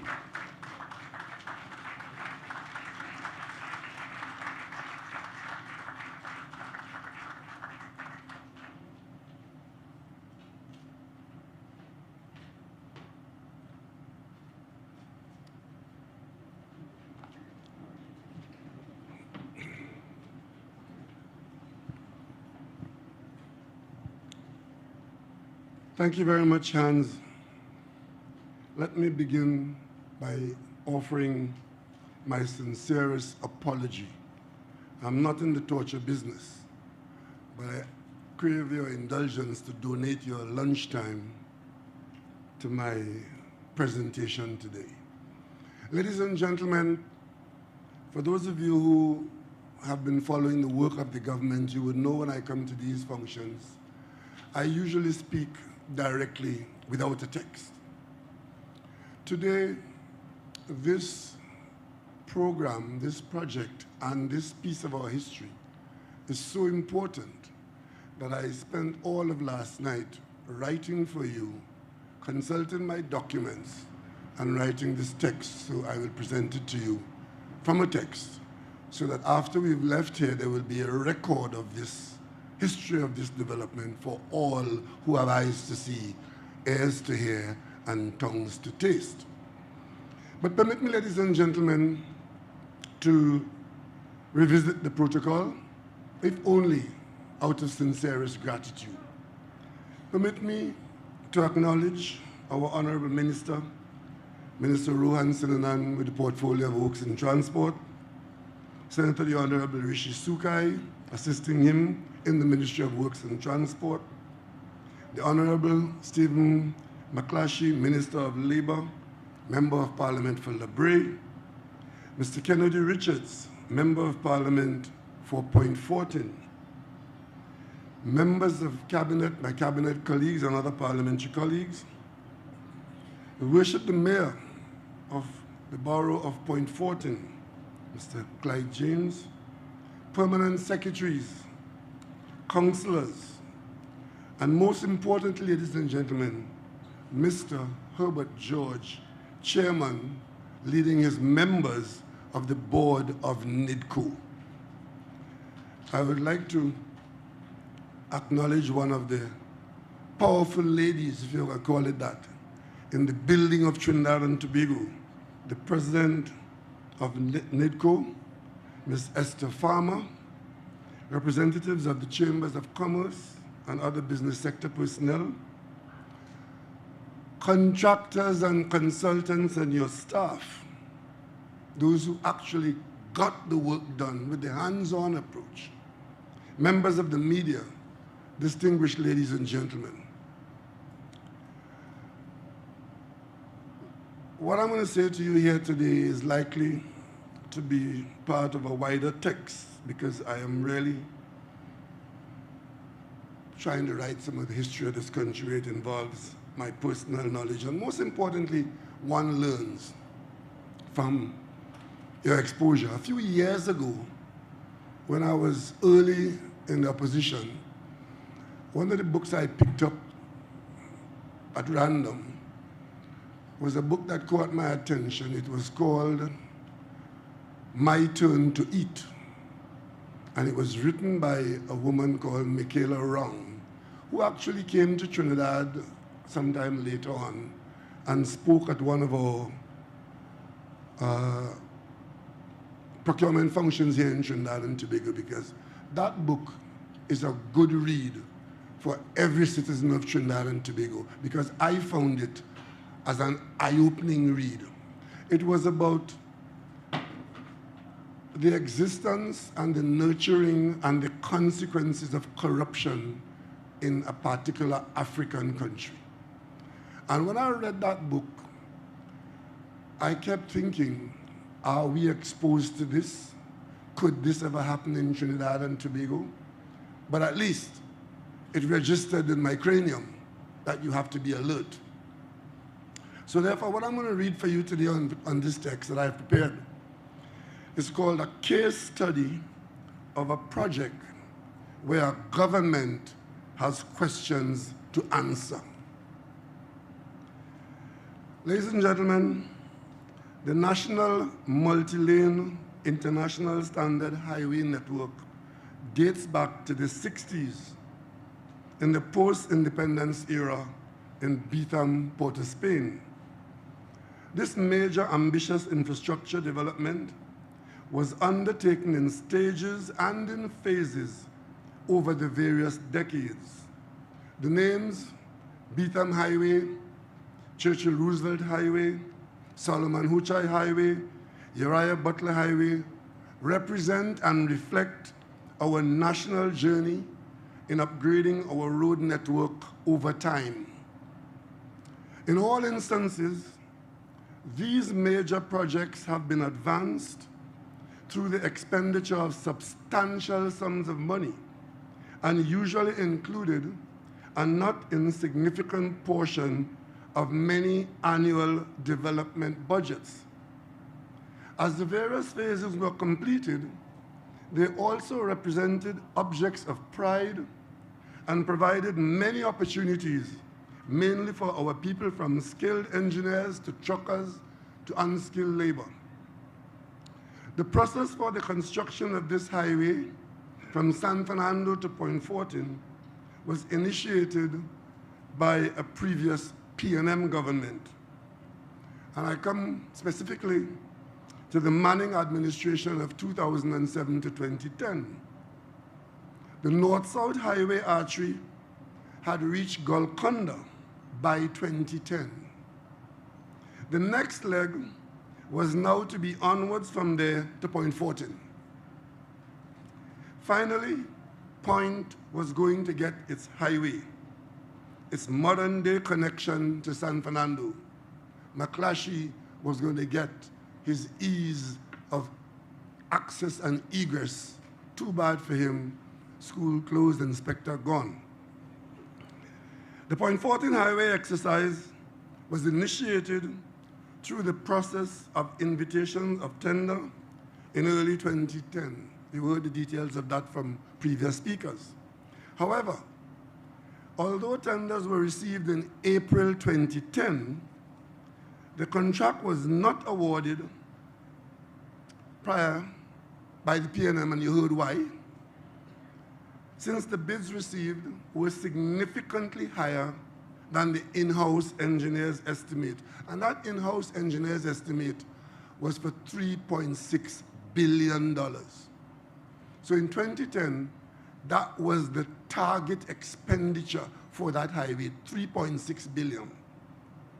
A proper revision and review was called for and was anticipated. This did not happen, as you would have heard. On March 4th, 2011, the UNC government, through NIDCO, populated by different people, not the current people who are in NIDCO, those who were in post in NIDCO on the board at that time, awarded a design-build contract to a Brazilian firm, Construtora OAS SA, known as OAS, for the lump sum of approximately $5.2 billion, or $1.6 billion more than the original engineer's estimate. Now, don't get me wrong. The engineer's estimate was just that, an estimate. But it has some basis. And when you negotiate with the contractor, one expects that you will bring it to somewhere around the estimate a little bit more, usually never less, usually a little bit more. But here we had the contract negotiated in 3 days, if you take out the travel days, for an increase of $1.6 billion for the scope of work as described by Mr. George. There's an interesting background to this, and I want you to pay attention to this, because the perpetrators are still around, alive and well.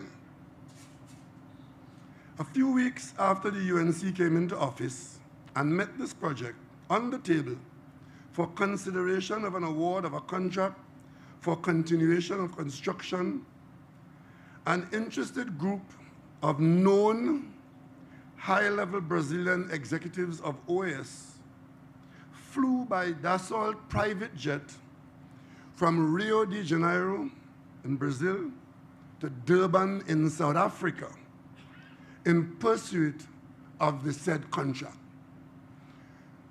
The only name here that's a Trinidad name is Brazil. That is not the Brazil I'm talking about. I'm talking about Brazil, south of Venezuela, on the continent of South America. And I want to repeat that.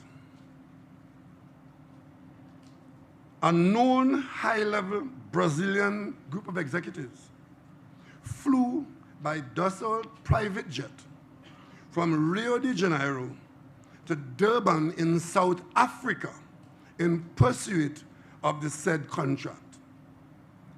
These executives then traveled by car to Johannesburg for the singular purpose of meeting a member of the cabinet of Trinidad and Tobago, a minister responsible for and involved in the decision on this project. This secret meeting between the UNC minister responsible for the project and the OAS took place at the Michelangelo Towers in Johannesburg during the FIFA World Cup in South Africa. No member of the UNC government has ever acknowledged that this meeting took place. I want to repeat that. No member of the UNC government, particularly the Prime Minister or the minister involved, ever acknowledged that this meeting took place, nor has any one of them ever attempted to explain what was the purpose and outcome of this transatlantic secret meeting on the eve of an award of this multi-billion-dollar contract, which was hurriedly wrapped up here in Trinidad after the World Cup. It is interesting to note that the then Prime Minister, now leader of the opposition, has never once shown any interest in this allegation, nor has she ever made even a passing comment on any of the irregularities that are associated with this project, except to say that the issue is outdated. Apparently, she and her government functionaries are too taken up with demanding accountability from this government, the one that succeeded them in 2015. Others are too busy publishing sunshine newspapers to prevent the country from falling over the cliff under this PNM government. This contract was governed by the FIDIC Yellow Book. And of course, the contractors will be familiar with what I'm talking about. One of the major benefits of utilizing FIDIC terms and conditions is that these terms and conditions are standard and internationally recognized. A party should only, with very good reason, amend the standard terms and conditions in that FIDIC Yellow Book. Despite this, the former UNC government, upon initiating the contract, changed the standard and accepted advance payment from 10% to 20% of the contract sum. This upward amendment immediately resulted in OS receiving approximately 856 million Trinidad and Tobago dollars, as opposed to the 428 million that they were due under the FIDIC Yellow Book 10% arrangement. Another major issue at inception was that all payments made to OS for activities under the letter of intent, which totaled $236.4 million, should have been deducted from the advance payment. However, these sums were not deducted. So even before construction began, before one spoon of dirt was moved, before the ground was scratched, the former government provided OS with over 1 billion Trinidad and Tobago taxpayer funds. This project, the contract, should have been completed in March 2015. It was a 4-year contract, as you would have been told this evening, to provide a 4-lane divided highway with full grade separations and interchanges. It included 8 interchanges as well as 8 river bridges. It was far from being completed when the UNC demitted office in early September 2015, and you heard the details of that today. Work had come to a virtual halt, and unpaid local contractors were bawling and turning to the new government for help. You heard the details of that today. It was disturbing that rather than utilize low interest rate funding for this billion-dollar project, I should say this multi-billion-dollar project, from a multilateral lending agency, which is the normal way one would approach this, the largest project ever awarded in Trinidad and Tobago. You can approach either the IDB, the European Union, or so on. The UNC government paid OS and others via cash transfers from the Ministry of Finance up to 2014, putting a strain on the country's available cash. Let me make a note here and deviate from my written text for the moment, because I distinctly recall being on a platform one night in San Fernando, when on the day of that meeting, and why I remember that meeting so well, when I got to the site, the San Fernando people brought a group of children to meet me, and a fantastic photograph of those children were taken. And I used that photograph in the inner cover of my book, From Mason Hall to Whitehall. But on that night, I addressed this issue because it was the day when the Minister of Works had said publicly that he would resign from the government unless Minister Winston Dukaran had provided money to start this project. Get my drift? One minister who was, he had called himself what? HNIC, head nigger in charge. He was publicly threatening to leave the government while he was chairman of the party if this contract was not awarded. And the minister under pressure that day was Winston Dukaran, the Minister of Finance, who was, if I guess it, was going down the line of the normal government procedure of looking for funding to underwrite the project. International concessionary funding or whatever it is. But the Minister of Works and Transport was saying, get me the money from the Treasury now or I go on. And they couldn't allow to have him go because he was so important.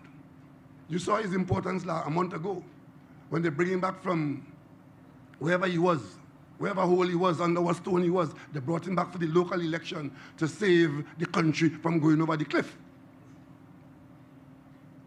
And the project was funded from the Treasury directly. $1 billion in cash paid to a foreign contractor. And I want to say something else at this point too. That was at the time when the JCC, the Joint Consultative Council, was pleading with the Prime Minister for a meeting, and they had the meeting. And they begged the Prime Minister not to award this contract like that and award all of it to one contractor. And they told the Prime Minister the local contractors could do the job, break it up into parts, and hire 2 or 3 or 4 local contractors unless the Prime Minister refused that advice.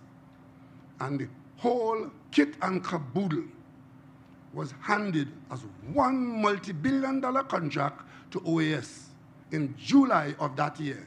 You would have heard today from a government minister of Trinidad and Tobago, from the records of the ministry, that that contractor got into trouble within months of accepting that $1 billion from the paymaster. And the question you have to ask yourself, what kind of expenditure is that? Where did that $1 billion go? You got it. How you could be in trouble before Christmas?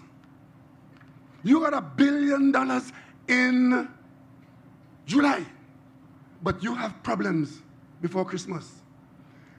And my fellow citizens, I'm off text here still, but I want you all to be educated. I want you all to understand the scale and the scope, because I read Michaela Wrong's book. They ain't dealing with joke, you know. When we came into office, we made a contract being processed and advanced. It was advanced for award, but it got into a bacchanal during the election season. It was the Curab interchange. You remember that project? It was being advanced for $521 million.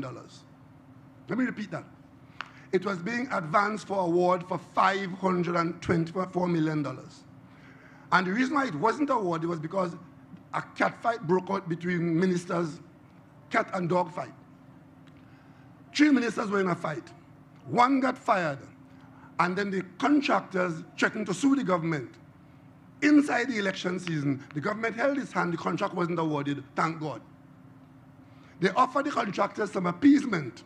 They said, we will break the contract up into 3 pieces, so none of you should have to sue. We'll give one the northern part of the work, we'll give one the piece over the highway, and we'll give one the piece on the southern side of the highway. But time didn't permit that to happen, that piece of madness. The election came, and the government was changed. We came into office.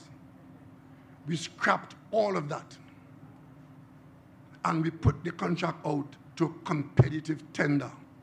It is now common knowledge and history that the Curab interchange was built by this PNM government for $219 million.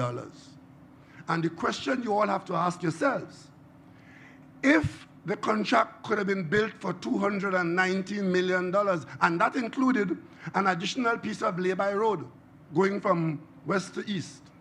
That wasn't in the original plan. The budget was $225 million. It came in under budget, $219 million. The question you need to ask yourself is who was getting that extra $300 million? And that was on one overpass. So you could imagine what the price was on a $5 billion highway. And that explains why the contractor could have been in financial difficulty before Christmas after he received $1 billion in July. I come back to my text.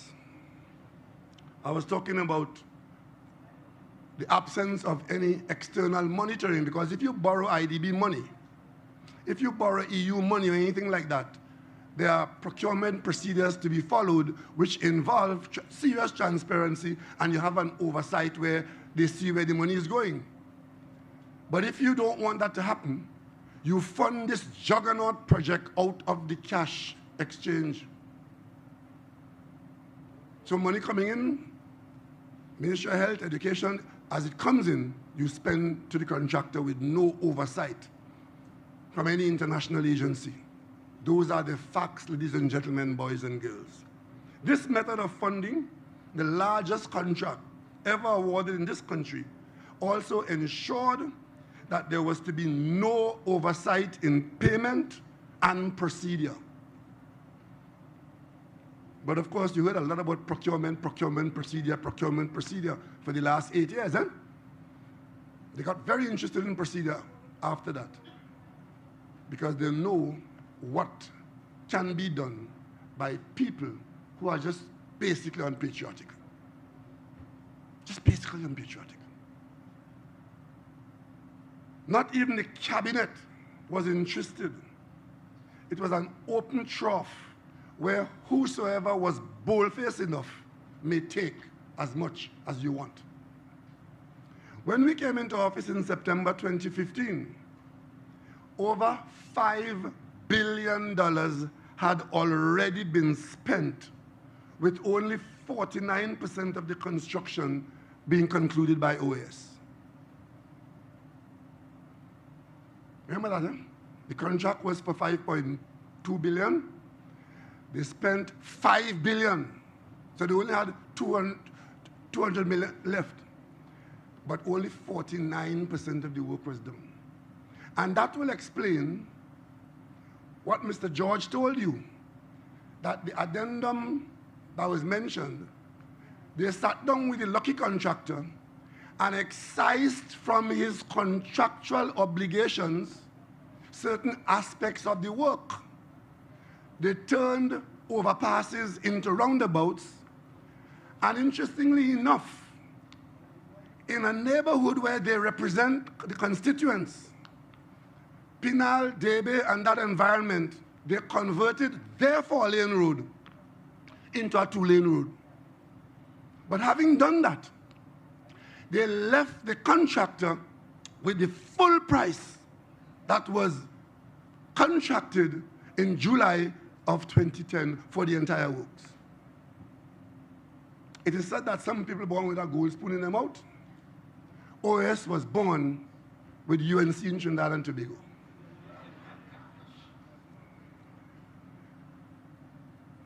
In fact, the contract, as you heard, was in trouble from the start, and OAS started to run into difficulties early in the contract's life in 2015. They defaulted on paying subcontractors and were late in paying workers. Their difficulties continued with worsening effect, and they subsequently demobilized in December 2015, with the site being almost completely abandoned. There were protests by workers for non-payment of salaries, lawsuits by third parties, and reposition of equipment.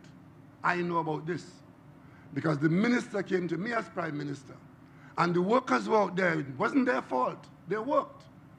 And as Prime Minister, I led the cabinet to pay again because we had paid already through OAS. But we had to pay again to those workers so they could get recompense for the work they actually did.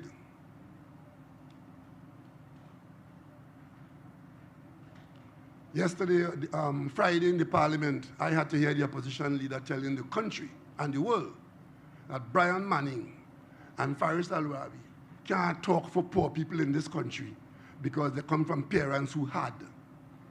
But you could give OAS $1 billion, and OAS could not pay poor people and have them coming to me and the cabinet who didn't hire them because they worked and were not paid, and never one day did any of them engage that issue in this country. Let the record show that those people were paid by the caring PNM government.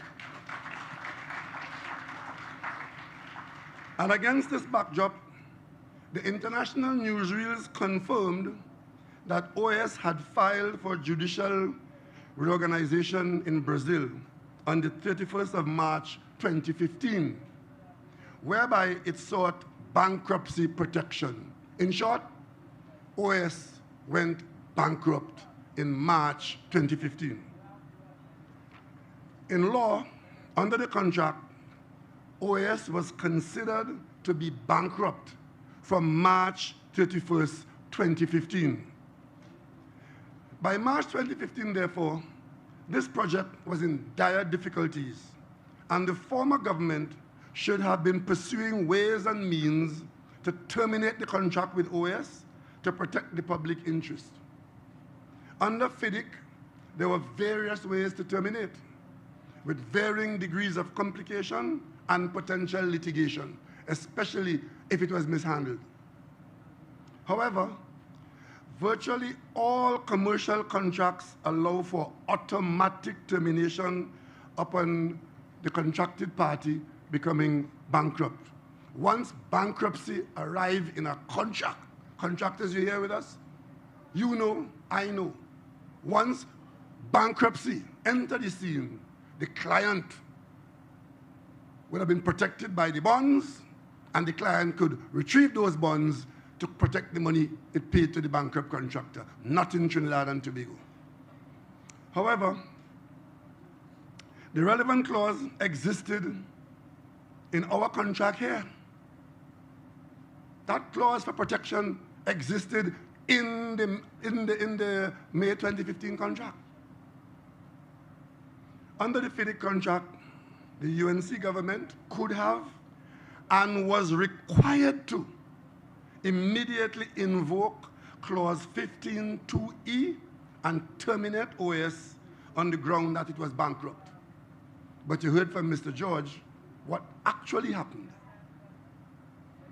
This is probably the simplest and least contentious form of termination under FIDIC, and OAS would not have been able to make any justifiable claim against the government for a wrongful termination. I want you to stick that in your mind. If we had done what was supposed to have been done by the clause in the contract that governed the conduct of this project, OAS could never have gone before any court anywhere in the world and seek to fight us for this $950 million. Keep that in mind. I'll come back to it later on. The public money and the public interest would have been easily protected. However, what we discovered upon review was that on September 4th, 2015, that is the last working day before the general election of September 7, 2015, as a Friday, 4th of September. That was the last day of our working UNC government. Election Saturday, we had a rally. Election Sunday, we had prayers, and we voted on it the Monday after, on September 7th, and we voted them out of office. But on that Friday, the UNC government, rather than use this opportunity, which they could have used since March, to terminate the contract in a clean, cost-effective, responsible, and non-contentious matter, secretly entered into a written agreement with OAS, whereby the government of Trinidad and Tobago, through them, waived the ability to terminate the contract on the grounds of OAS bankruptcy. So here it is. These people who want to advise the government every day on everything we go to do. We go to pen and paper clip, they want to be advisor. We fight in crime, they want to advise. We go to Tobago to spend a weekend, they want to come. Ladies and gentlemen, they sat down with a publicly disclosed, because we first knew about OX bankruptcy from Brazil. It was published in the international news. Half of the leaders were arrested in Brazil for corruption. They sat down with these people and wrote a new arrangement that wrote out the interests of the people of Trinidad and Tobago, saying to OAS, we know you're bankrupt. We know you've been in trouble since whenever, but we will not accept this clause where you must now hand over the bonds to protect the hundreds of millions of dollars for the people of Trinidad and Tobago. I would not say how that should be viewed by you, but I know how I view that and how the law should view it. So, ladies and gentlemen, they did it in writing. They reaffirmed it in writing. Their desire to keep a company that was bankrupt in Brazil as their preferred contractor. Ignore the JCC, not Namalco, not Jusamco, not Earth Movers, not Lakshmi Singh, OAS. Put in writing, was their preferred contractor for the Point Fortin highway. This was done against the advice of NIDCO's consultants. On September 4, 2015, the former government entered into a written agreement with OAS called Contract Addendum Number 2, whereby they expressly recognized that OAS was bankrupt and stated that they could invoke Clause 15.2e of the FIDIC contract immediately, terminating the contract. However, despite this, they proceeded secretly to give up this right of termination and waived all claims against OAS, thus releasing and discharging OAS from any liability to Trinidad and Tobago.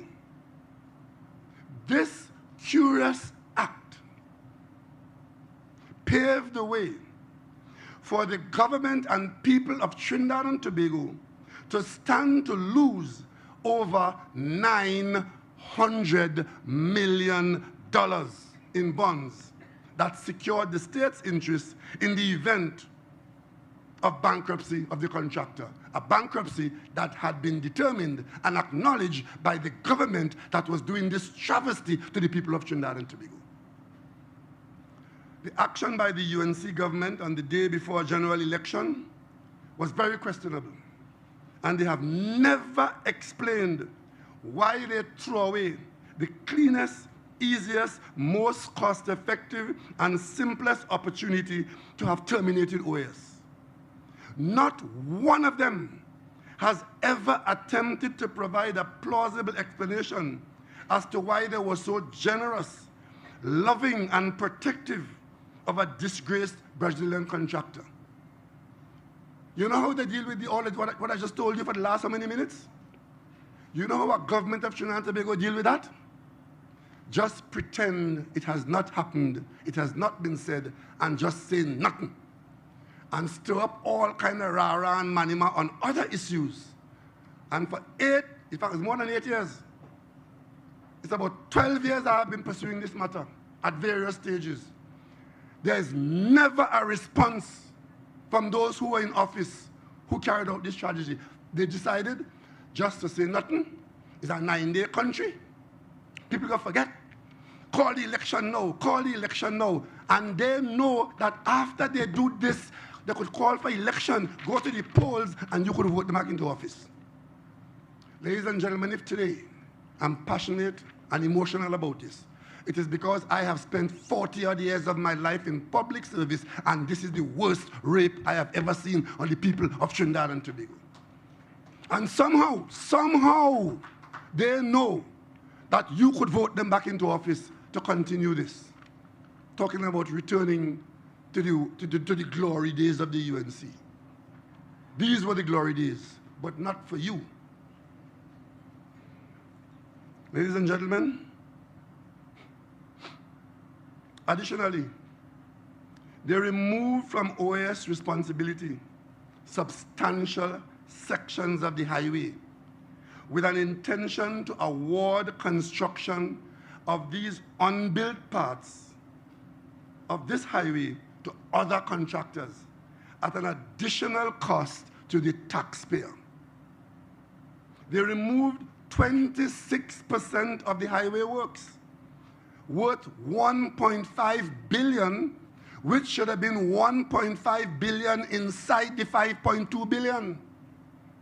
But they removed 1.5 billion of work, left them with the 5.2 billion, and was now aiming to spend another 1.5 billion through other contractors to do the work that they were contracted with OAS to do. Ladies and gentlemen, surprisingly, they still agreed to pay OAS the full 5 billion for the reduced scope of works that remained with OAS. And they also agreed to a new date of completion, 2016. Remember the contract had a completion date of 2015? They now give them an extra year with no known penalty applied. It's not uncommon to give contractors extra time when they fail to come up to performance. But there's something called liquidated damages, where I charge you, you have to pay the client a certain amount of money if you don't do it over time, so there's an incentive to get the work done. They give them another year.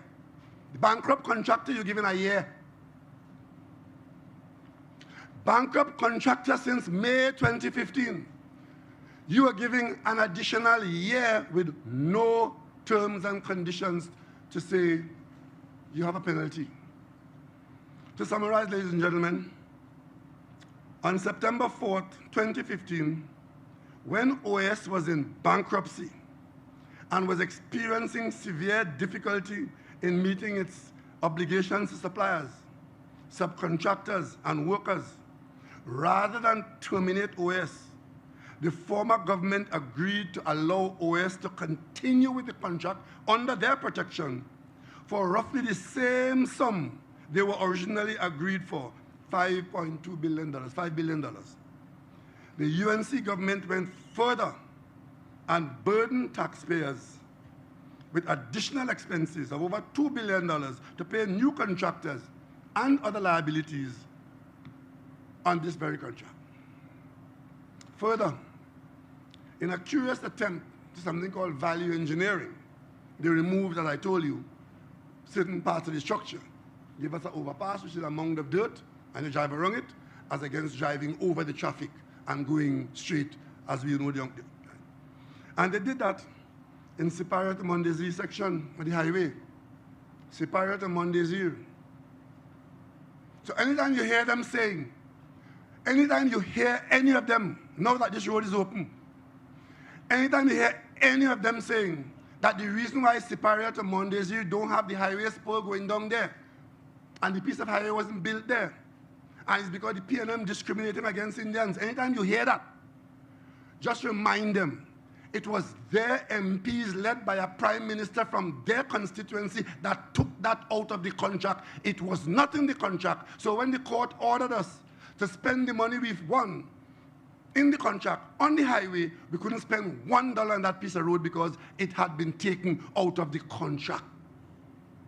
Superior, Mon Desir, taken out, no longer part of the contract. But you will hear the bold-faced group will start to try to feed misinformation. That, hey, look, Point Fortin and Brea get the highway, and they didn't come down by we because they ain't like we. Hiding the fact that you would have thought that they would have served their constituents first and make sure that spur was built. And you would have heard from Minister Sinanan how they attempted to pretend that they opened pieces of it, but open road foundation, and then leave it like that, and then open road without a wearing course. The wearing course is the last high-quality piece of asphalt you put down for traffic to run on. You put in the sub-base and you put in other things below. This is what the people of Trinidad and Tobago every day being harassed to believe that your country is falling apart. And that somehow they are responsible for saving you. This is a record that will be published in text for the world to read. Ladies and gentlemen, the estimated cost to complete the highway was in excess of $8 billion now. Remember we started out at 3.6 when the cabinet approved it in the PNM, it was 3.6. As with the fluctuation of time and the carrying on and the changing of whatever, we're now looking at a $7 to $8 billion project. It is the largest project ever awarded in the history of Trinidad and Tobago. And that's how it was dealt with by some, and that's how it was dealt with by others. We moved to have OS properly terminated, despite all that was done by the UNC to jeopardize the ability of NIDCO to terminate OS. NIDCO was eventually able to terminate OS on July 6, 2016, 15 months after the bankruptcy protection clause was triggered. In the period leading up to this termination, OS had effectively and openly abandoned the project, and it was selling off equipment. It had informed NIDCO that it was scaling down its workforce. Workers were protesting for unpaid wages. Subcontractors were claiming hundreds of millions of dollars from OS. Work was not taking place in any meaningful way. And ONS and NIDCO had substantial disagreements as to monies owed, delays, and quality of work. NIDCO terminated OS based on the advice of the engineer that OS was unable to proceed with the works required by the contract. NIDCO immediately commenced drawing down the advance payment and performance securities in the total sum of approximately $140 million US. That was the gift to the OS. It is irrefutable that had clause 15.2e not been removed, the termination of OS would have been clean and simple on the basis that OS was subject to bankruptcy, which is, in fancy term, judicial reorganization. We took action in courts in many parts of the world, including the United Kingdom and in New York, USA, to pursue the various bonds and letters of credit that had been taken out by OS in favor of NIDCO to secure the taxpayers' interest. We were able to successfully recover approximately $970 million via these bonds and letters of credit. And we utilized this money in the completion of the highway. This is how we come to be here today. Ladies and gentlemen, as Prime Minister of the country and head of the cabinet, I want to personally single out Minister Stuart Young, who used his legal capacity and his energy to fight this matter at home and abroad, convincing the cabinet that it could be won, and we won it at the arbitration. And here's I want to tell you something. The court, in giving us the award, put a rider on it, said that money must be spent only on the highway. It was the highway it was covering. We did that. But OS has not given up the fight.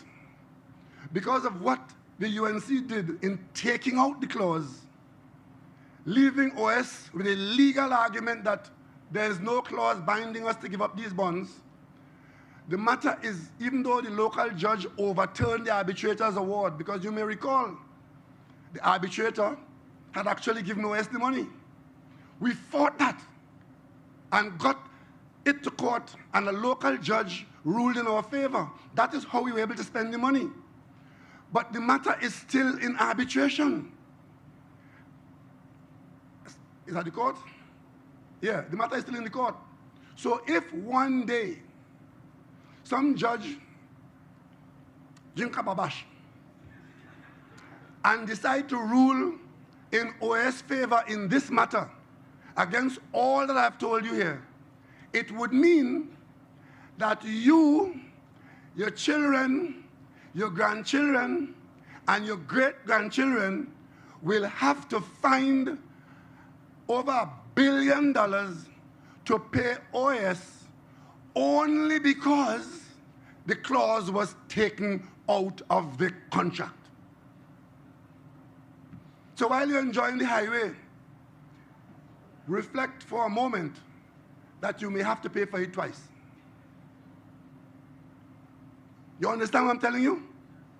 And I'm telling you this to preserve your memory and to protect you from other people coming to tell you their story. Because their story could only be lies and misinformation and self-preservation. Or worse, they just keep silent and hope that the contractor win the matter in the court. Ladies and gentlemen, you know, it has been a long slog, but we persevered. We fought for the return of public money. We won in the courts, and we built the highway.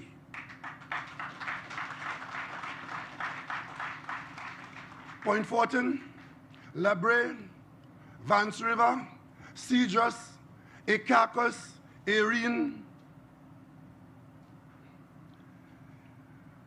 You've got your highway. Maybe one day it will reach way down to the tip of the southwestern peninsula. It's been long in coming. But in this case, elections have consequences, as they always do. In this case, the consequences are good and welcome. Had there been no change of government in 2015, all of these monies, the $970 million that we put into this project, ordered by the court in cases that we fought and won, would have gone with the wind to people and places unknown. If I have not earned 1 month of salary, if I have not earned with my cabinet and all those at NIDCO and elsewhere, if we have not earned our keep, this project alone justifies us being in charge of the affairs of the people of Trinidad and Tobago. The scandalous arrangements that were put in place would have run their course to their dastardly conclusion. We terminated to give ourselves, the people of Trinidad and Tobago, a fair chance to get back money that was taken from us by a corrupt and publicly dishonest group. The indelible and undisputed questions remain. What was the benefit to be gained by the people of Trinidad and Tobago by raising a clause to protect us from bankruptcy or judicial management when dealing with a contractor which has gone bankrupt or under judicial management, as some of our friends prefer to call it? The question remains, why? Why the secrecy, especially coming from people now in the opposition benches who want openness, instant public accounting, and public reporting on any and all events, sometimes even before the events occur? The drawing down on the advance payment and performance securities was met with resistance by some of the institutions that had issued them, the banks. It's because it's banks usually or insurance companies that normally issue those things. Of course, they don't want to pay, so they fight on behalf of the contractor. NIDCO pursued these matters in courts in various jurisdictions, in England, elsewhere, Supreme Court of England and Wales. The recovery of these securities by NIDCO was permitted in some cases under court order. Ladies and gentlemen, as Prime Minister of this country on your behalf, I want to thank and congratulate all the professional people who worked with Mr. George, his team, and NIDCO to get back this money for the people of Trinidad and Tobago. And I just mentioned to you that the matter is not over. It's still in the court. So those of you who pray, keep on praying. Those of you who believe, keep on believing that the court will continue to rule in the favor of the hard done by people of Trinidad and Tobago.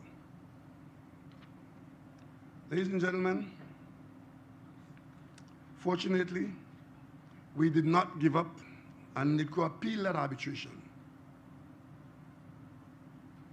It is our view that the public needs to know by what process, what advice, what documentation was it determined that the billion-dollar contract must be amended to grant these monies and this waiver to OAS. Who authorized the amendment of this contract? The public needs to know what was the specific purpose and benefit to be had, and had by whom? And point number 4, who actually carried out these instructions? Point number 5, what was the role of the Ministry of Works and Transport, the board of NIDCO, the consultant and the management in effecting the amendment and its consequential waiver?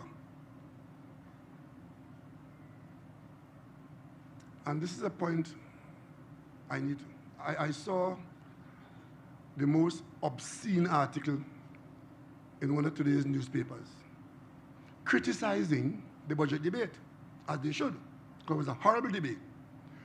But in the criticism, in the editorial for our children to read, and some of you who don't pay attention, is a criticism of the Minister of Housing, who reported to you that KPMG, the international accounting firm doing HDC's accounts, have just reported to the government, because those accounts are usually behindhand, they now come forward to go to Parliament. The minister reported in the Parliament debate that KPMG said that they found a payment or a group of payments totaling over $700 million relating to houses that were supposed to have been built by the HDC, but KPMG has not been able to associate those payments with any house, actual house. And the minister also mentioned that KPMG has put in their report, as they qualify the accounts of HDC, that somewhere along the way, in the work that they were doing, they found that HDC had taken from NLCB a loan, but they can't find where the loan funds went. But the editorial today criticizes the minister for mentioning that in the budget debate, because that is old story. Yeah. And to think that an editorial will make that point. If that is the role we intend to play, may God help Trinidad and Tobago. But point number 5, point number 6, is there any role here for an integrity commission? Or are they too busy with other matters and are so deprived of resources that this colossus of a public scandal never attracted their attention? It's against this background that Cabinet amended the terms of reference of the Sebastian Vento inquiry with a view to adding that the examination and specific concerns raised here today to find answers to these troubling questions. I maintain that my government has always sought to protect the public interest in this matter. And just as we fought and won the right to spend on the highway, all the money we recovered from the bond ownership, and to protect the taxpayers, I am pleased that we are at this point here today where we are opening the highway.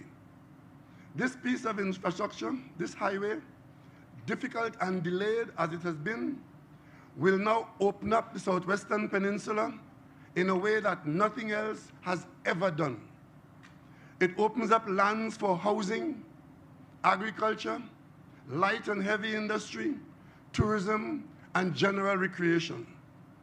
We anticipate growth along its alignment in such a way that in 10 to 20 years, much of what we see now will be unrecognizable. Notwithstanding the attempts to deprive you of this project, this remains a defensible priority, and I am elated that we fought the good fight. We kept the faith. We are finishing the course, not only for a brighter future for all the people of the Southwestern Peninsula, but for all the people of Trinidad and Tobago.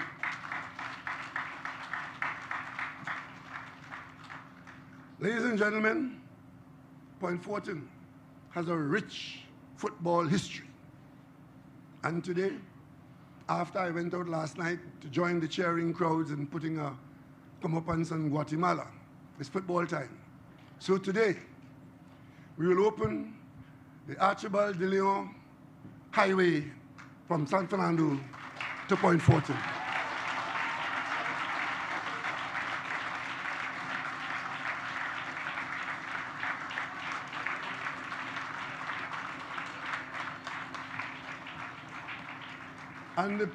And that, in case you don't know who De Leon is, stand up, round let them see you.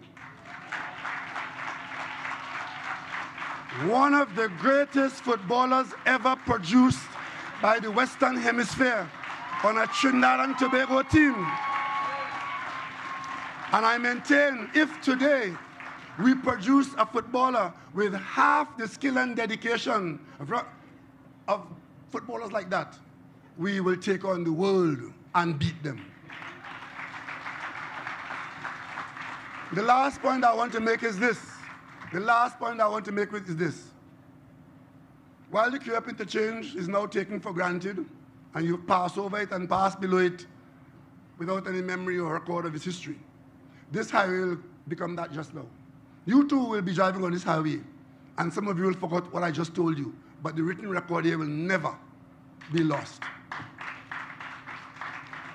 And those local contractors who demonstrated an ability to do the job, as the JCC had offered in 2015, take a bow.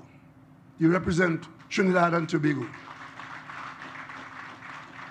The experience you've gained here under the management of ACOM and NIDCO puts you in good stead, not only to do other smaller scale work or even larger scale work if they come, but most importantly, in looking outside of Trinidad and Tobago and putting on your CV that you built the Point Fortin to San Fernando Highway. That will serve you in good stead to work outside of Trinidad and Tobago as a contractor who has been weighed and not found wanting. So ladies and gentlemen, the country is stronger and better for it. And we are stronger and better for the dedicated service of NIDCO, its staff, the Ministry of Works, and of course, you, the people of Point Fortin. Thank you for your patience. A great day has come.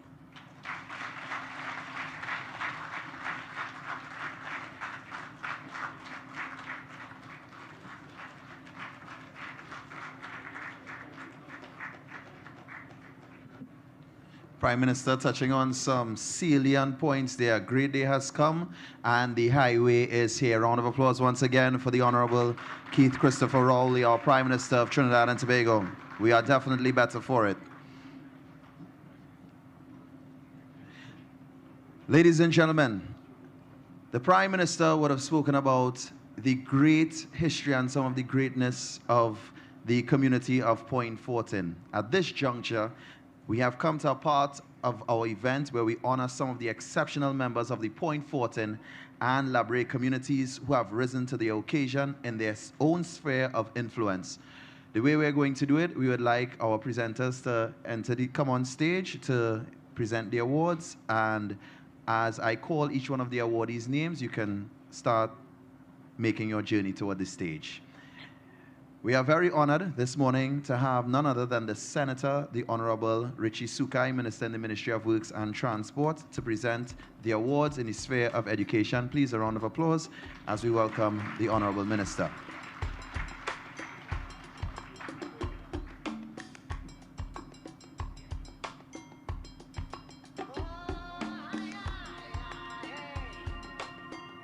Our first awardee, please put your hands together for Bernice Rennie.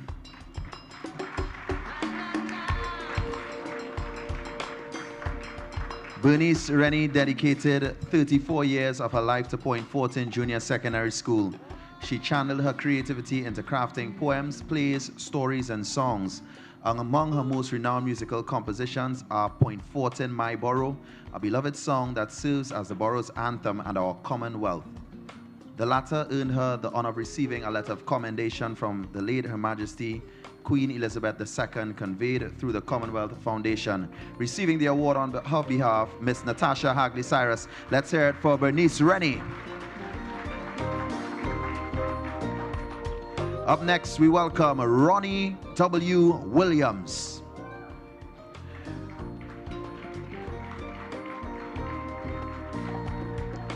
Ronnie's journey in education began in November 1979 when he joined the esteemed Point Fortin West Secondary School and has served in various capacities, culminating in his role as acting vice principal and official dean of discipline. His leadership and guidance have been instrumental in shaping the lives of countless students. He also served as alderman in the Point Fortin Borough Council from 2016 to 2019. Ronnie W. Williams.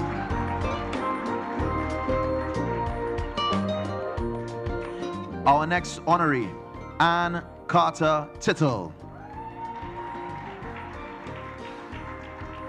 Mrs. Ann Carter Tittle is not just a name, but a symbol of profound passion for nurturing young minds and supporting those in need. Throughout her career as an educator, Ann taught students at all levels from first year to standard 5. Beyond the classroom, she has dedicated her time and efforts to her community and various charitable endeavors. Let's hear it from Ms. Ann Carter Tittle.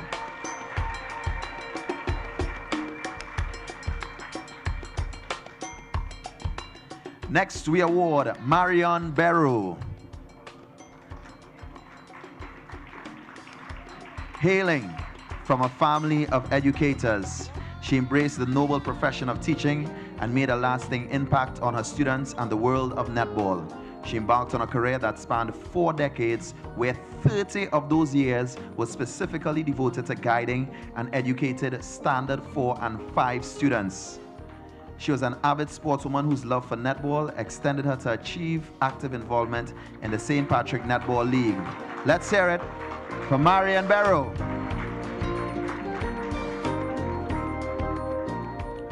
Moving right along to Jean Bartholomew. Round of applause. Jean Bartholomew is deeply rooted in the vibrant community of Point Fortin. A successful 37-year-long career as a teacher with the Ministry of Education. Though retiring from her role as a teacher, she continues to provide her invaluable teaching services in a private capacity, proving that the love for teaching never truly retires. Jean Bartholomew.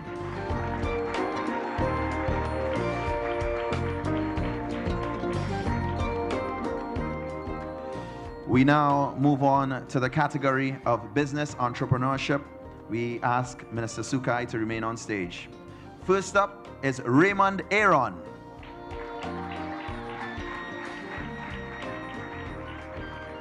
A distinguished businessman and founding member of the Rotary Club of Point Fortin and a founding president of the Point Fortin Chamber of Commerce. Ladies and gentlemen, please welcome Mr. Raymond Aaron on stage.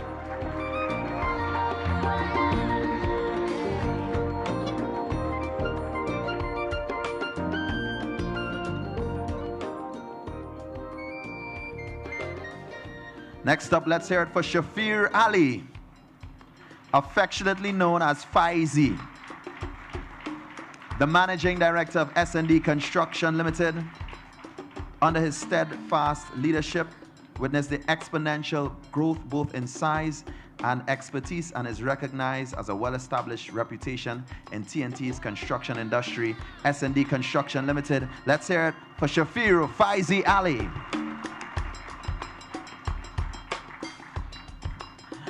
Also popular names up next: Omzad Khan and Nigel Eastman. Zad and Eastman.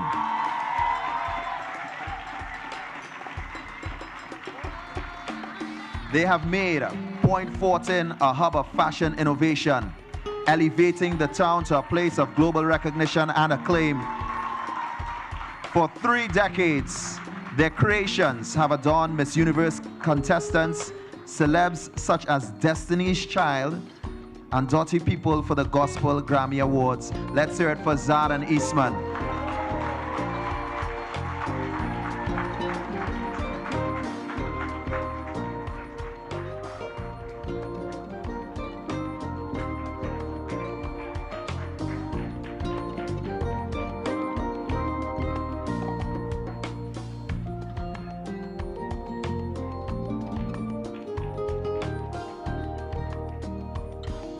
Let's hear it for Zad and Eastman once again.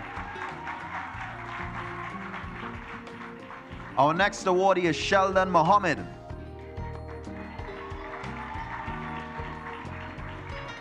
Sheldon is the visionary behind Feroza's Shopping Center, which has served the people of Point Fortin for more than 2 decades.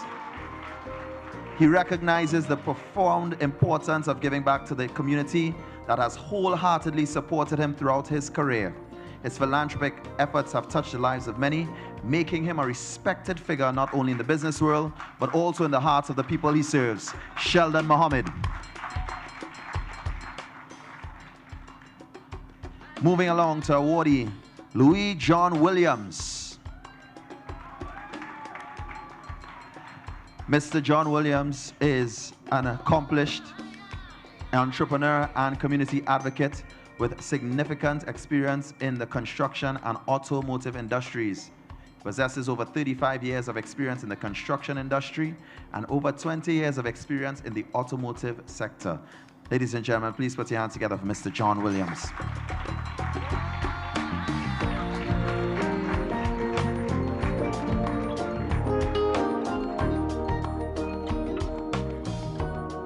Up next, we welcome Reginald Jack Thakordas.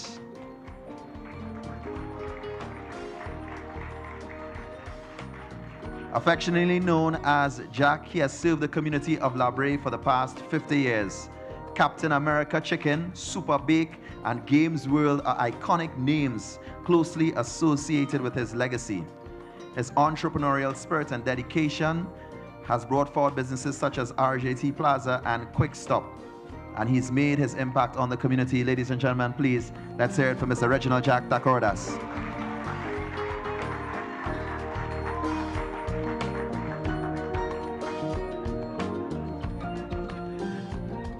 We would now like to welcome Anthony Alexander.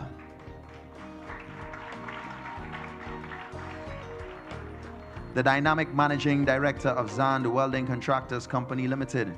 He specializes in serving the oil and gas industry with a focus on structural steel, pipe fabrication, and welding services. It is home to approximately 50 dedicated employees, comprising supervisors, fabricators, welders, tradesmen, and laborers. Let's hear it from Mr. Anthony Alexander.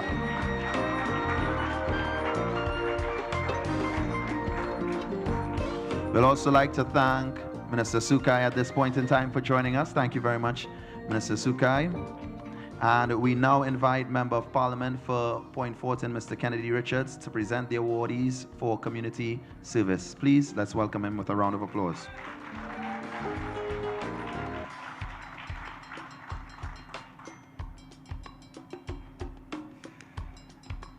Our first awardee in this category, Maydeen Campbell Williams.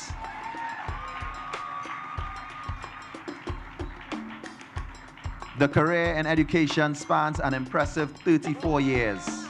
One of the notable contributions is her role as the organizer of the Emancipation Street Pageant since 1986, alongside the late Mr. John Cupid. Her tireless efforts have left an indelible mark on La Brea, making her respected and beloved figure in the hearts of the community she has served so diligently. Please, Maydeen Campbell Williams.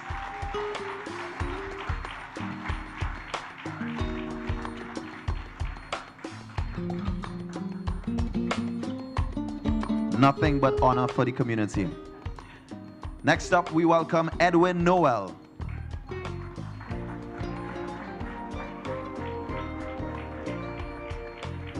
Born in Thick Village, Saparia, Old Road, Faizabad, but residing in Rosilac Village, La Brea, Edwin has been an outstanding pillar of the community for over 50 years. He's an executive member of the La Brea Sports Foundation and the La Brea Police Club. Also an active member of TUCO, he continues to serve as chairman of La Brea Carnival Improvement Committee and president of the Trinidad and Tobago Association of Village Community Councils, St. Patrick Branch. Let's hear it from Mr. Edwin Noel.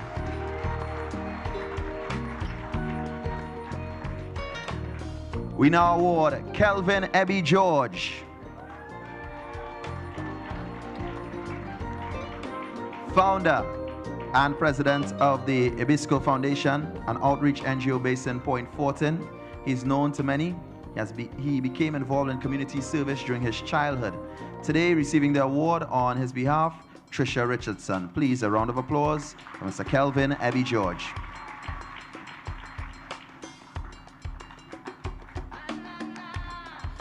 We move right along to Herbert Grantley Wells.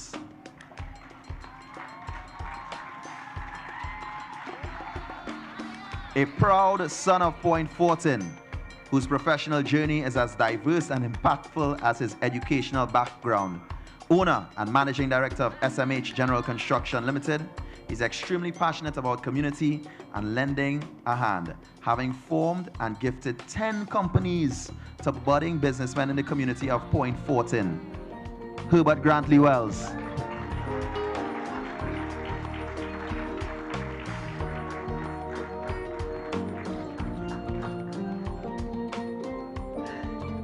And now we award Gerald Tibesset.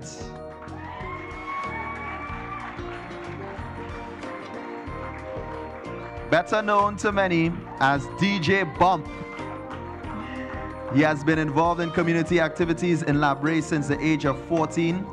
He has been an employee of Lake Asphalt of Trinidad and Tobago for almost 40 years and served the La Brea community as counselor from 2010 to 2023. Ladies and gentlemen, DJ Bump.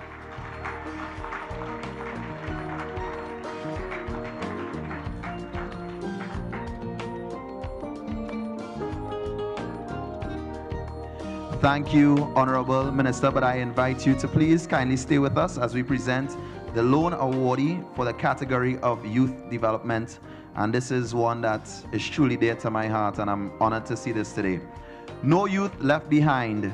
Founder and Executive Director, Mr. Quincy Joseph.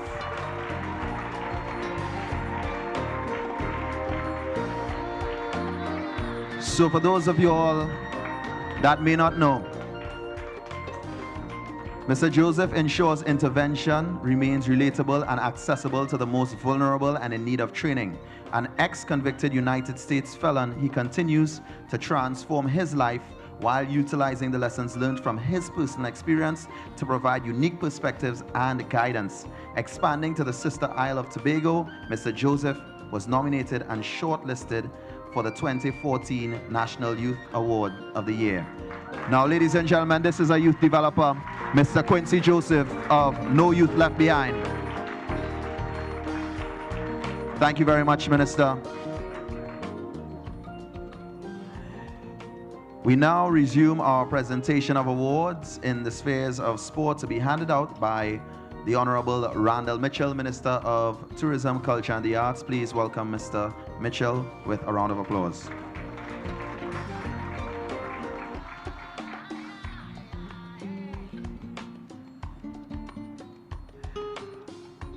First up, Jareem the Dream Richards.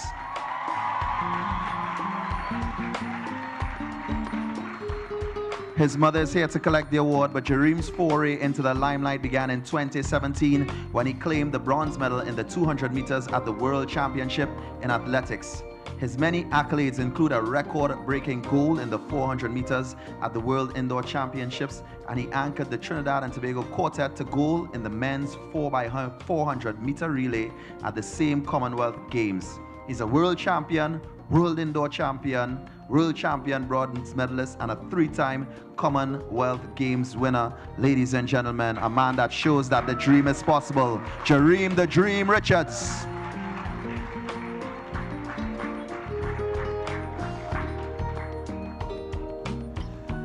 Gives me great pleasure again for this next award and for all of the awards. Marshall Cedeno.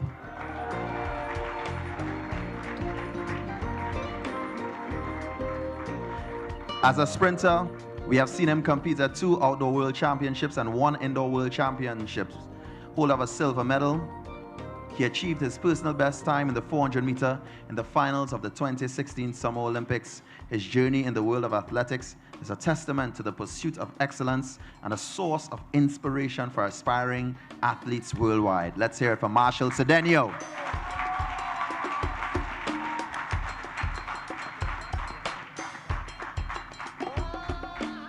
Another name when we talk about athletic greats. Ladies and gentlemen, let's hear it for Mr. Alvin Daniel.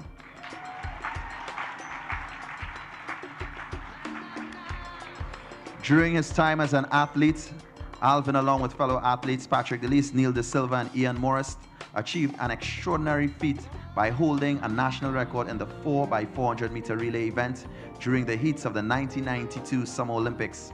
As a retired athlete, Alvin's legacy continues to inspire athletes, and he continues to pursue excellence and teamwork in the world of athletics. Alvin Daniel.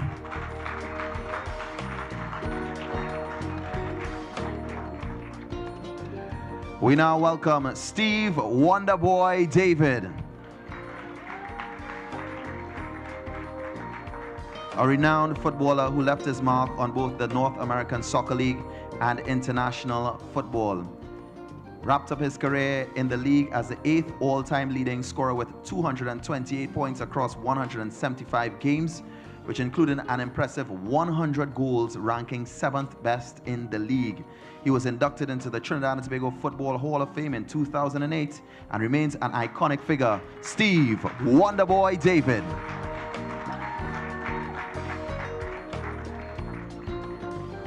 Leroy Dilly De Leon.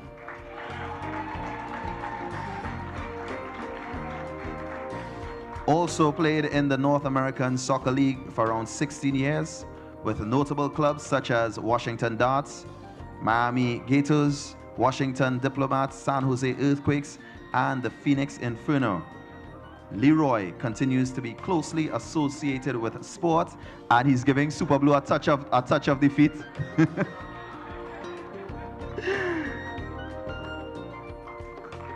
Both as a coach for kids through his local club, Point Fortin FC.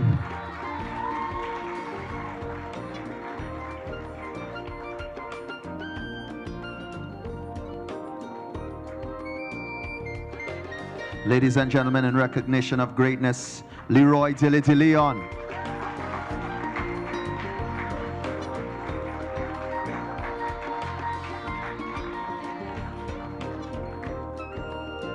We continue on with Richard Gabriel. His son, Christopher Gabriel, is here to collect the award on his behalf. West Indies cricketer Richard Simeon Gabriel, famously known as Fearless Angel, earned his nickname by showing no fear on and off the cricket field. At just 16 years old, he was the youngest debutant to represent Trinidad and Tobago's national senior cricket team.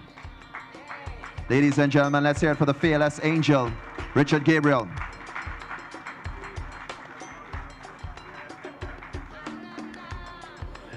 Next up, we award Marsha Mark Baird. Can you get a round of applause for that? An extraordinary life characterized by achievements in athletics, her dedication to youth, and her profound love for people. She has 10 championship titles under her belt, in the collective categories of heptathlon, long jump, and javelin. In 2023, she added another feather to her cap by becoming the indoor USA Masters champion in pentathlon and 60 meters hurdles. Marika Mark-Berridge is collecting her award. Let's hear it for Marsha Mark-Baird.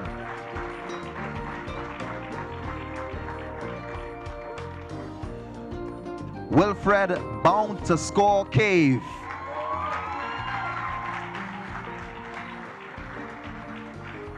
Laura Marchand will collect the award on behalf of him, invited by the Atlanta Chiefs in the U.S. This marked the start of his international football career. He later represented Trinidad and Tobago in national football and played a crucial role in the World Cup qualifying game against Haiti, cementing his status as a national football hero. His coaching journey started with Point Fortin Civic Center, then to his alma mater, St. Benedict's College, where he continued to shape the future of football. Let's hear it for Wilfred Bound to Score Cave.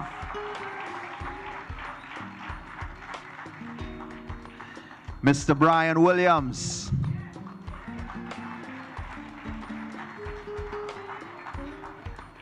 A prominent figure in Trinidad and Tobago's football history. He has made significant contributions both as player and coach, and he was awarded the Trinidad and Tobago Shakonia Medal Silver for the World Cup squad in 1989. This is a gentleman that I respect so much because he sticks to what he believes in. Ladies and gentlemen, Mr. Brian Williams.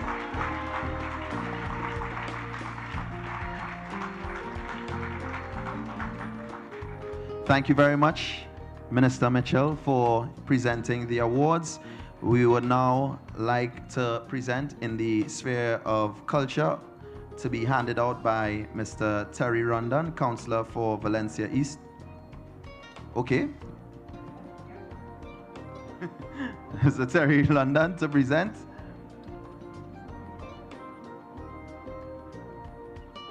All right, so we'll move on. Let's actually get our Minister of Trade and Industry, the Honorable Paula Gopi-Skoon, to join us on stage to present for culture. Thank you very much, Minister, for filling in.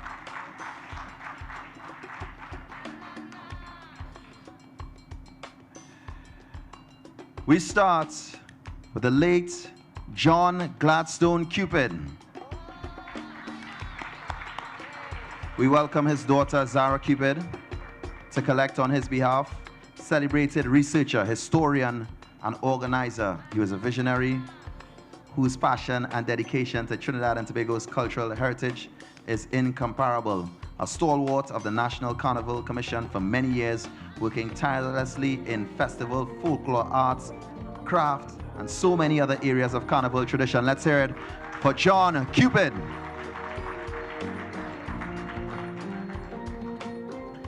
Next, we honor Weston Rollins, Crow.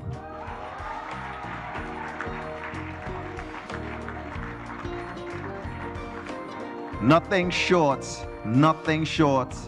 of being a legendary figure in the world of calypso music. His name is forever etched in Trinbago's cultural heritage. Ladies and gentlemen, Weston Rollins, Crow.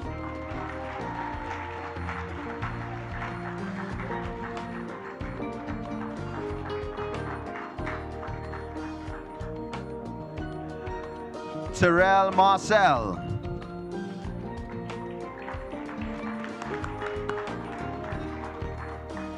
Terrell Marcel's arrangements and unforgettable performances have captivated audience for years. He's not only founder, but also a former captain, arranger, and musical director of the NGC La Brea Nightingale Steel Orchestra. He's a valued member of the music industry at La Brea Sacred Heart RC Church, ensuring that the legacy of our national treasure continues to flourish. Let's hear it for Terrell Marcel.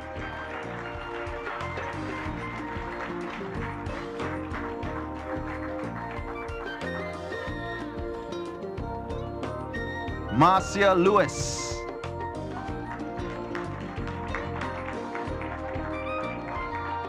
Founder of the Shashemani Cultural Ensemble, composed of passionate young individuals who share a deep love for dance and drumming. showcasing a splendid fusion of African, local, modern, and contemporary style dance. Their rhythmic beats and expressive dance continues to inspire and unite, bringing communities together in harmony and celebration. Ladies and gentlemen, Marcia Lewis.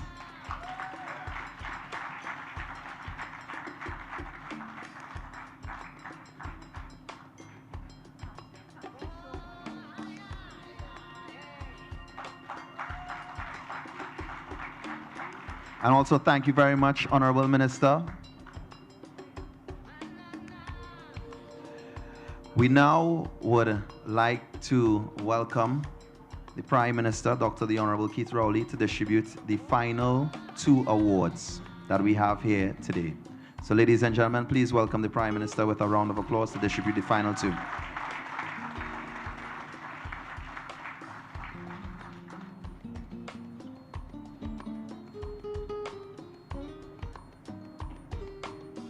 Ladies and gentlemen, please put your hands together for Miss Vonette Bigford.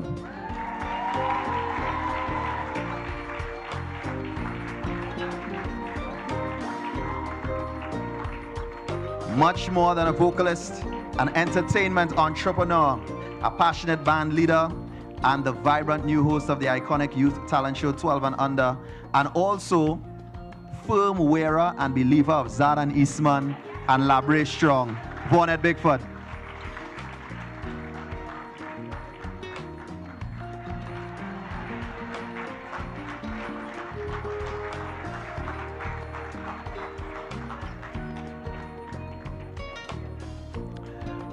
The final awardee today, Born Austin Lions. Super Blue.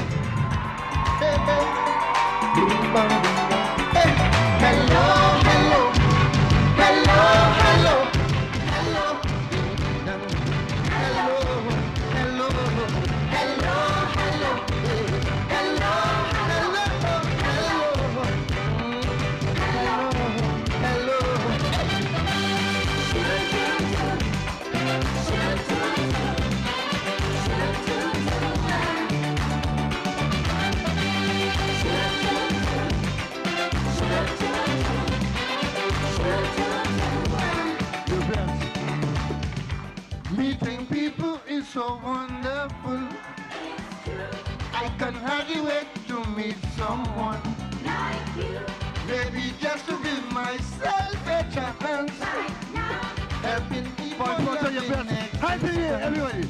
Hello, hello, hey. Hello, hello, hello. Boom, bam, beating. Hello, hello. Ajibon, hello, highway. Hello, hello.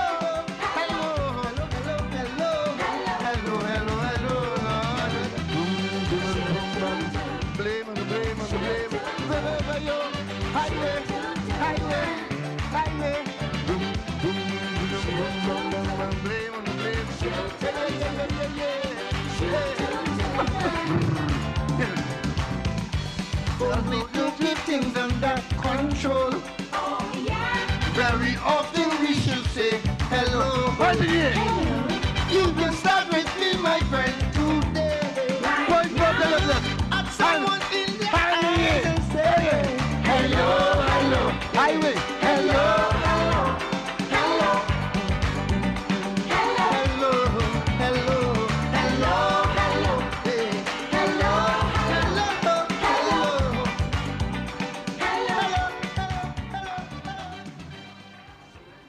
Wow.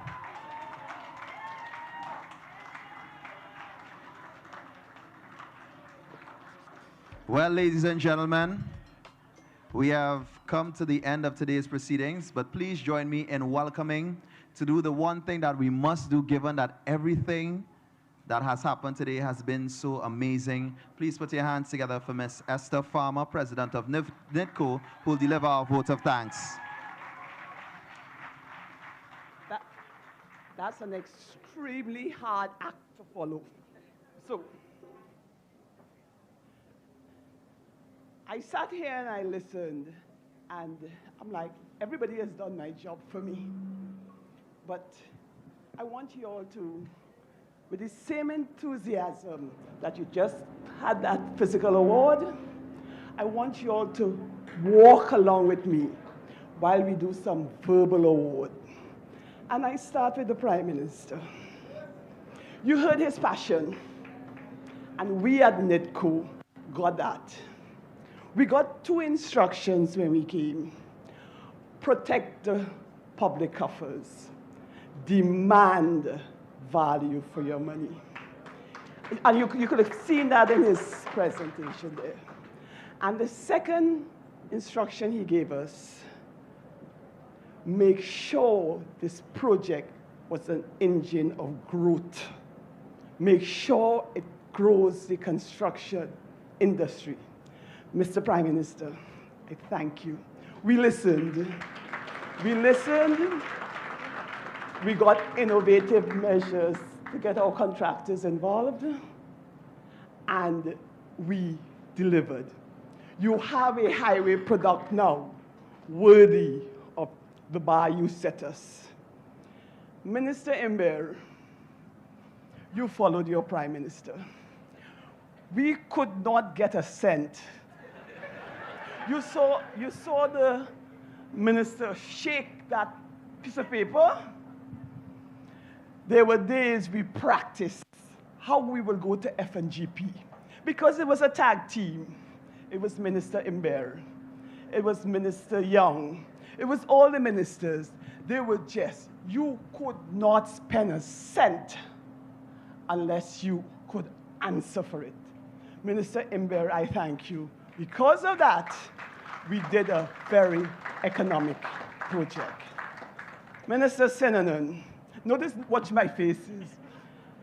Minister Sinanan led by example. He was there on the job site before I could find myself there. He was there after I left. You got in the habit of meeting in office, meeting on the sites. You got in the habit of going to bed, hearing Minister Sinanan calling you. And don't be surprised, he was your alarm call. He would wake you up. Yes, it's time. I said to him once, you see that 15 minutes you gave me to sleep? Take it. You can take that. So Minister Sinanan, you also drove us. MPs, we came from up north. You made our path a lot easier. It could have been a lot more difficult.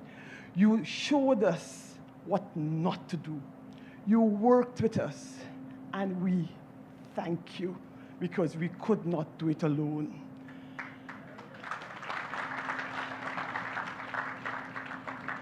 My staff at NITCO, I'll come to you in a while. See that gray hair man there? That's my chairman. And hidden somewhere in the audience, I don't know why they wouldn't step forward, is my board of directors. Ladies and gentlemen, that has been, here they are. They're all hiding there. That has been my strength throughout this journey. Every board meeting, my chairman starts with a prayer, and he asks God for wisdom to carry out their fiduciary duty.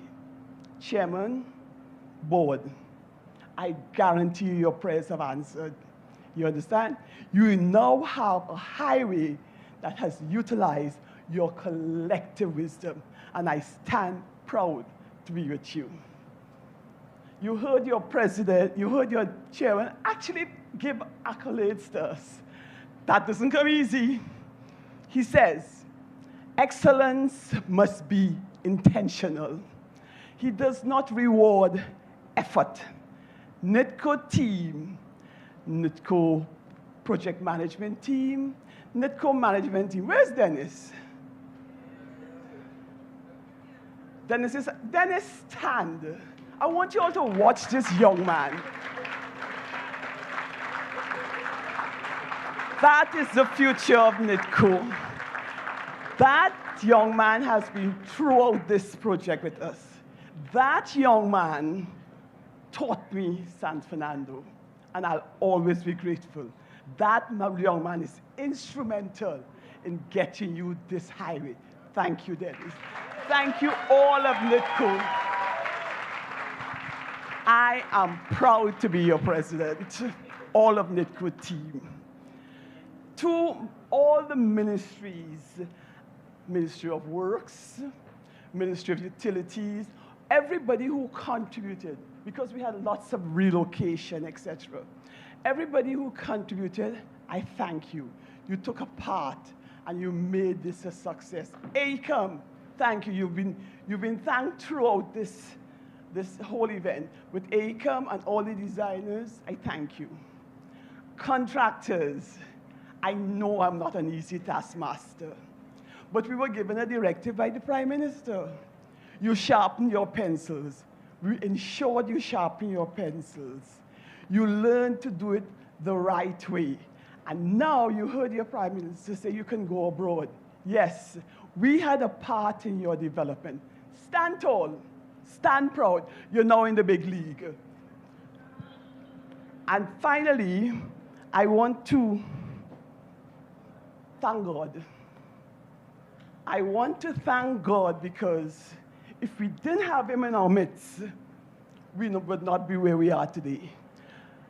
I want to thank God for his patience.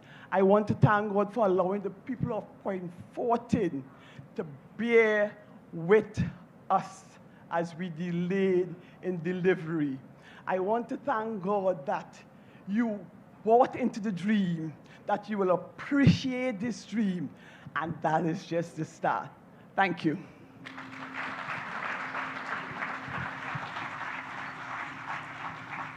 Thank you very much, Ms. Farmer.